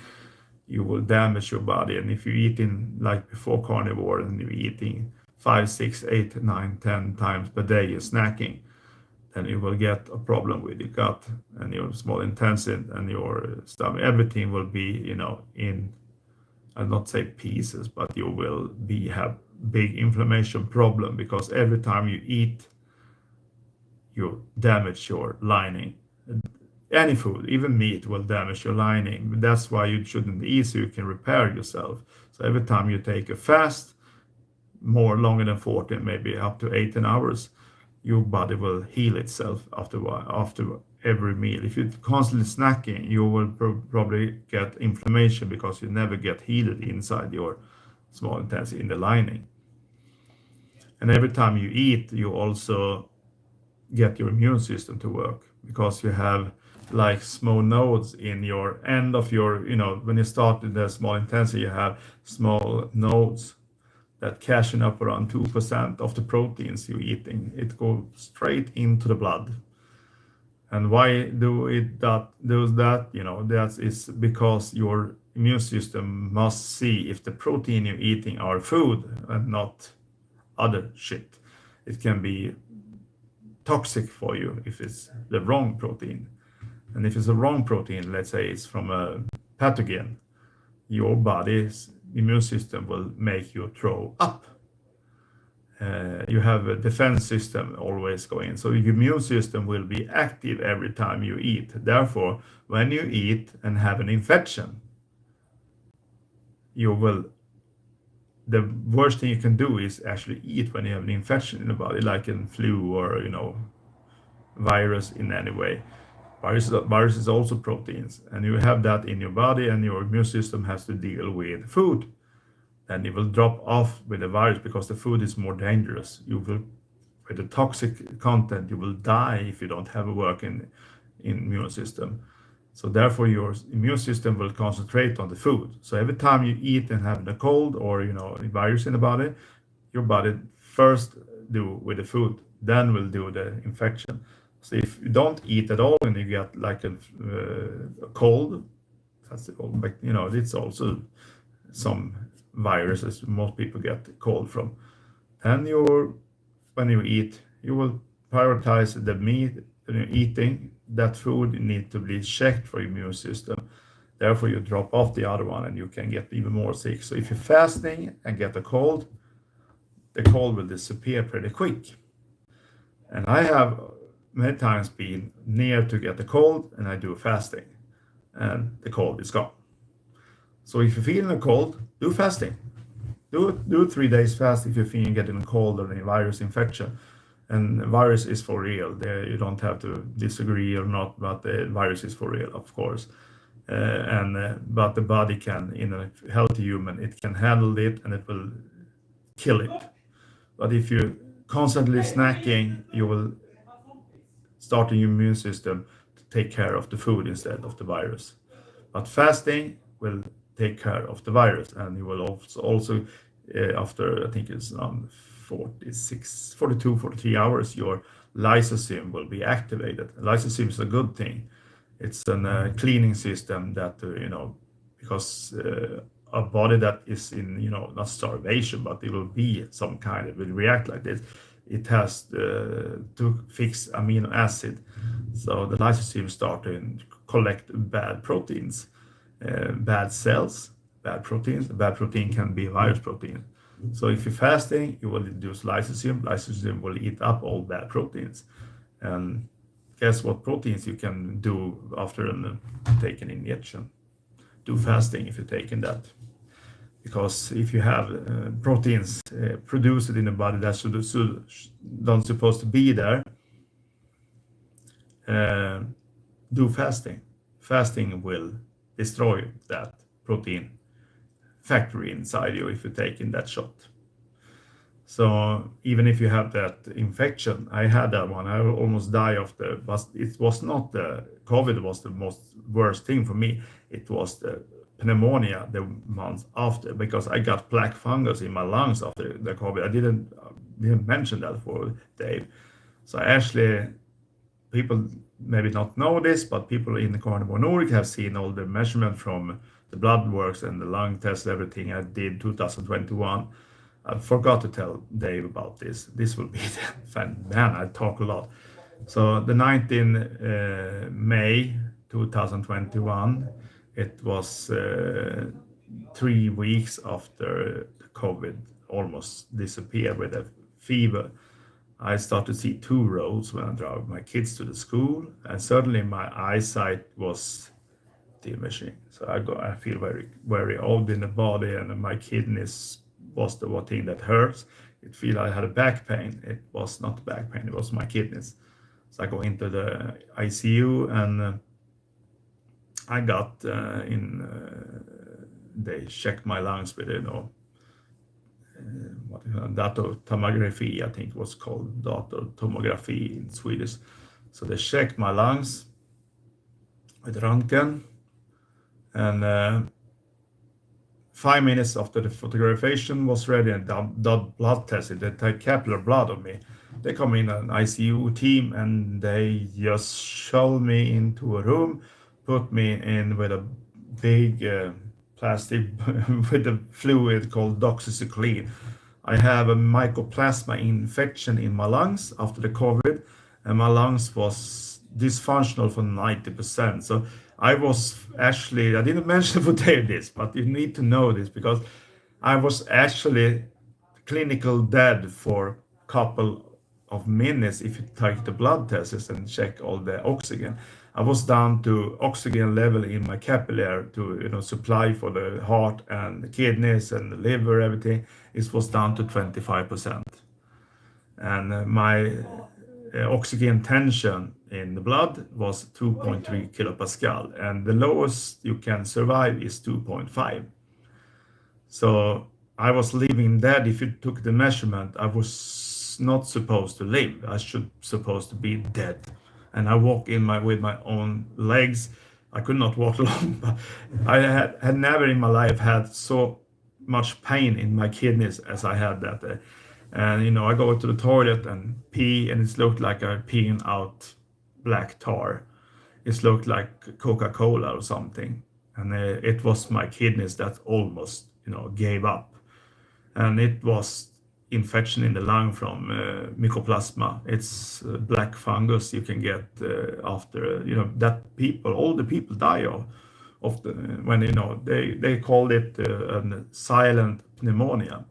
So you don't get no fever, you just die because oxygen will disappear suddenly, because the lungs will be filled up. You will not feel any strength before it's too late. So I was in the hospital and got intensive care for 8 hours with doxycycline straight into the blood, and I was able to go out on my feet again and go on heavy antibiotics for 14 days. Uh, yeah, yeah, autophagy, but some don't forget the mitophagy. Mitophagy is the other thing that's also important. The autophagy is one thing to create new mitochondria. The mitophagy is to start the reaction. So you actually need to have insulin going up and down a bit, not spiking. And because insulin will be the driver for your, you know, metabolic state. In when you talk about autophagy and mitophagy, there is two. They do this. No, the one thing starting, mitophagy is after eating, your should be system will down, tear down all mitochondria that doesn't work as it should, and rebuild them when you go in autophagy. But if you never go out of mitophagy and you never go out of, the opposite, it's not healthy for you. So the mitophagy is very good to get, but if your insulin level is baseline is raised, uh, you will not be able to go out of mitophagy. So that's problem with fat people. Now with this come a conclusion. This was something I mentioned when Nick Norris talked about this mitophagy. Yeah, I think it's that mitophagy. Mitophagy should be the is like an autophagy of mitophagy is mitochondrial phagy, is a renewal of your mitochondria. And what people does, and I take this notification from Nick Norris and I take it out, and I realize something, that it is the insulin that is starting the mitophagy, but the insulin must go down on the baseline. Normal, you have the normal baseline. But if you are insulin resistant, you will not be able to do that. You will have too high insulin the day after. So the mitophagy will continue. You will tearing down your mitochondria, but you need to have the low insulin to start rebuild them. And the problem when you're getting fat is you get higher insulin, and you will not going out of mitophagy. So you will not creating new mitochondria. So you will actually getting less efficient mitochondria, that you will get less energy made. So I think the goal is right here. If you're fasting, you will create new mitochondria because you will get your insulin down after being high insulin for decades, and you will get dysfunctional mitochondria because you will not be able to build new mitochondria because you have high insulin. So if you have a high insulin constant, you will go into mitophagy, but the body will not be able to create new mitochondria functional, fully functional.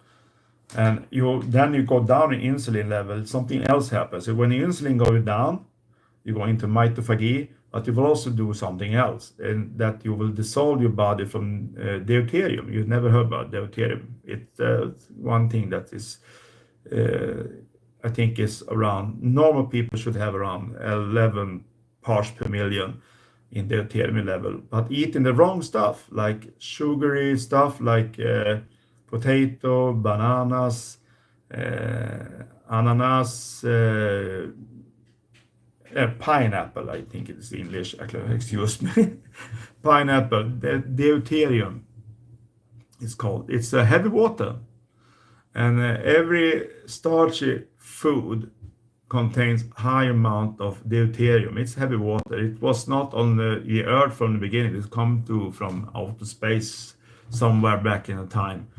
And today all humanity have a bit of deuterium in the level. It is controlling our mitochondria, the speed of it. Some mitochondria speeds around 9,000 RPM and creating energy. And your mitochondria can create energy by two pathways. It's fission, and it's the other one, fusion. So you actually have a nuclear station in thousands of millions of nuclear stations in your body. you're creating energy, electric energy with all different kind of prions and everything. So it's creating energy, ATP, and it's fission or fusion. But deuterium is like an joker in this thing. And this is something you should realize. And I will tell you, you have something in a light, like what called that, zero carb beverage, like light, that contains something that aspartame. Go check up what aspartame. It's actually the name of it. It's not the complete name of it. Aspartame, deuterium, deuterium.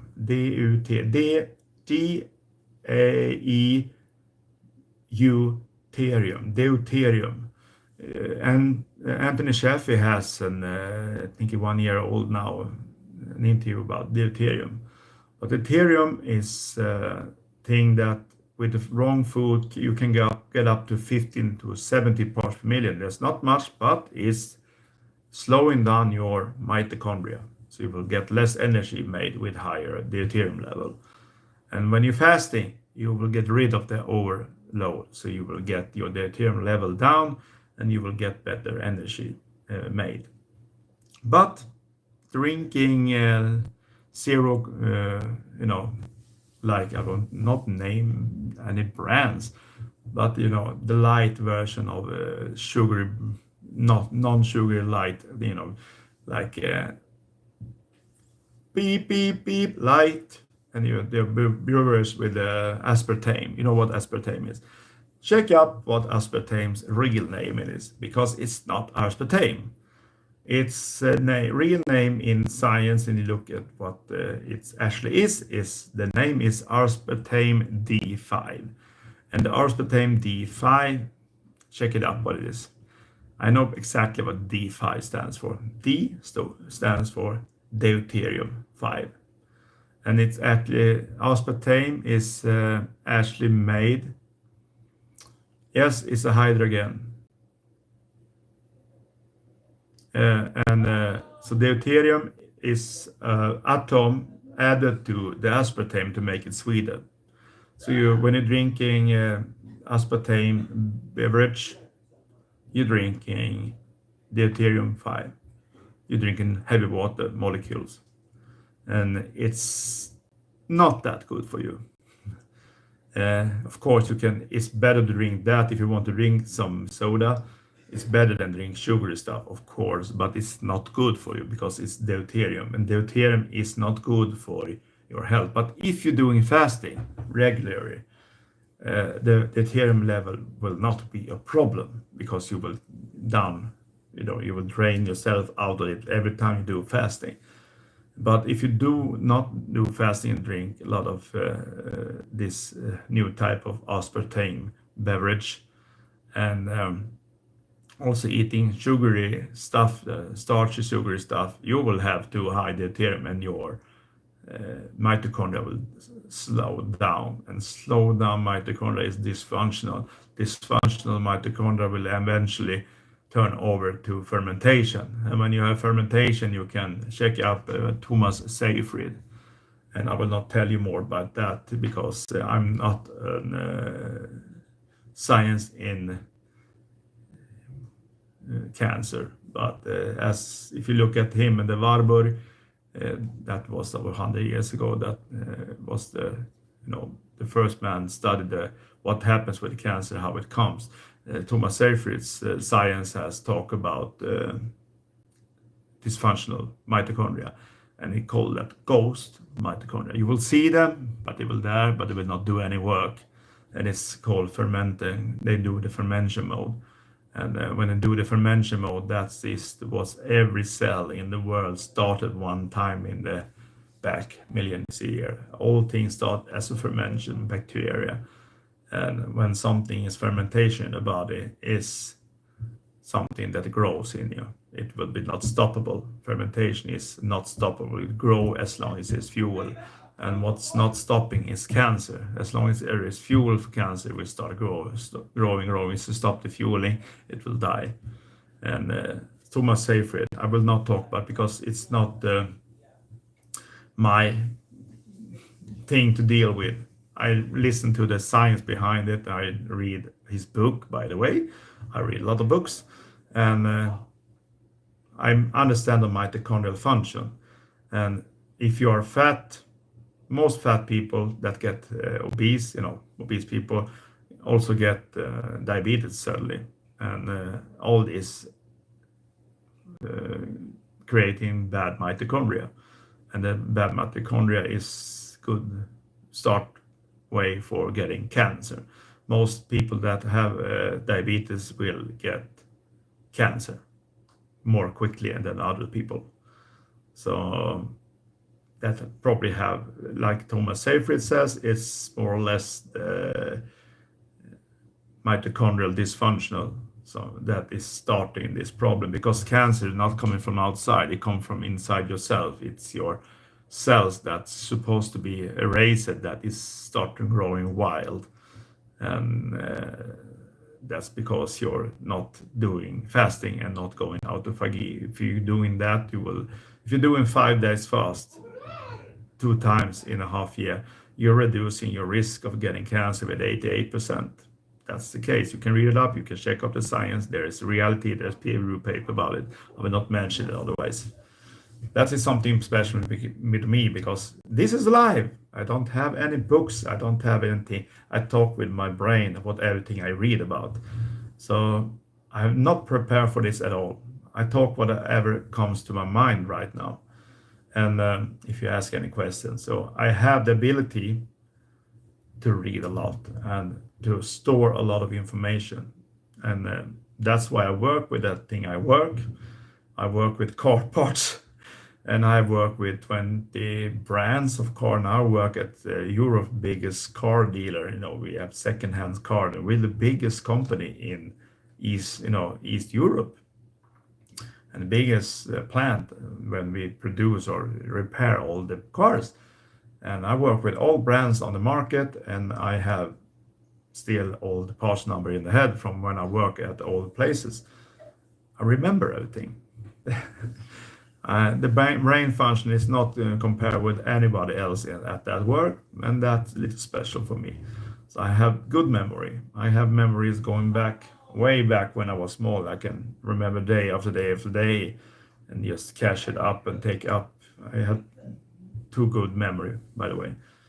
And as long as it functions well and I supply the system with fat and proteins, I'm not getting stressed. Before I could run right into the wall, get depression because I work too much. Now, with this food map, I never get any problems with that. So I can stay healthy for 14 days now of work, no day off, and feeling wonderful, not tired. I'm sitting here, I work 14 days in a row, no day off, and I even work overtime. So I work Thursday and Friday, 12 hours pass, doing 12 hours work. And we do a lot of cars there. So the plant is make around 200 plus cars each day to the workshop. And I've done this now alone, a place we normally have 4 people. So I work alone Thursday, Friday, and today, and yesterday also, and working for 4 people. I have this ability, but that is me. And I never get sick. And most people are tired. I done fasting and not eating at work for 5 days. So people, how do you stand out? How can you have that energy? It's in the body. So eating the right way and fasting will give you more energy than if you're eating carbs and totally die after 2 hours. Because if you get eating carbs, it will last for 1 or 2 hours, then you will be hungry again. So that's the thing you should not do. Eat more fat, eat more meat, and you will withstand fasting without a problem. The longest fast I've done is more or less 9 days. In one of those 7 days fast, I did a little bit longer. And I did this 7 to 9 days fast every second weekend for 15 months. And then I did every second day fast for same, So I had a 4 week schedule, It was fast 7 days, eat every second day, fast 7 day, eat every second day. I go back every second we did a 7 days fast for 15 months. And I got where I am today. And also I probably, stop everything in body from creating cancer, I think. And I heal a lot of problems doing this fasting. Now that 5 minutes gotten half an hour, so now I need to stop this. And I wish you a very good evening, because you probably have an evening now soon in the United States if you live there. If you live on the side of Australia, you are middle of the night. And if you are in Europe, there is also middle of the night. So time to quit this. I have to go to bed soon because I will go up to work 5 o'clock in the morning again. So good night and have a wonderful day. How do I end this, by the way? Oh, there. Bye bye.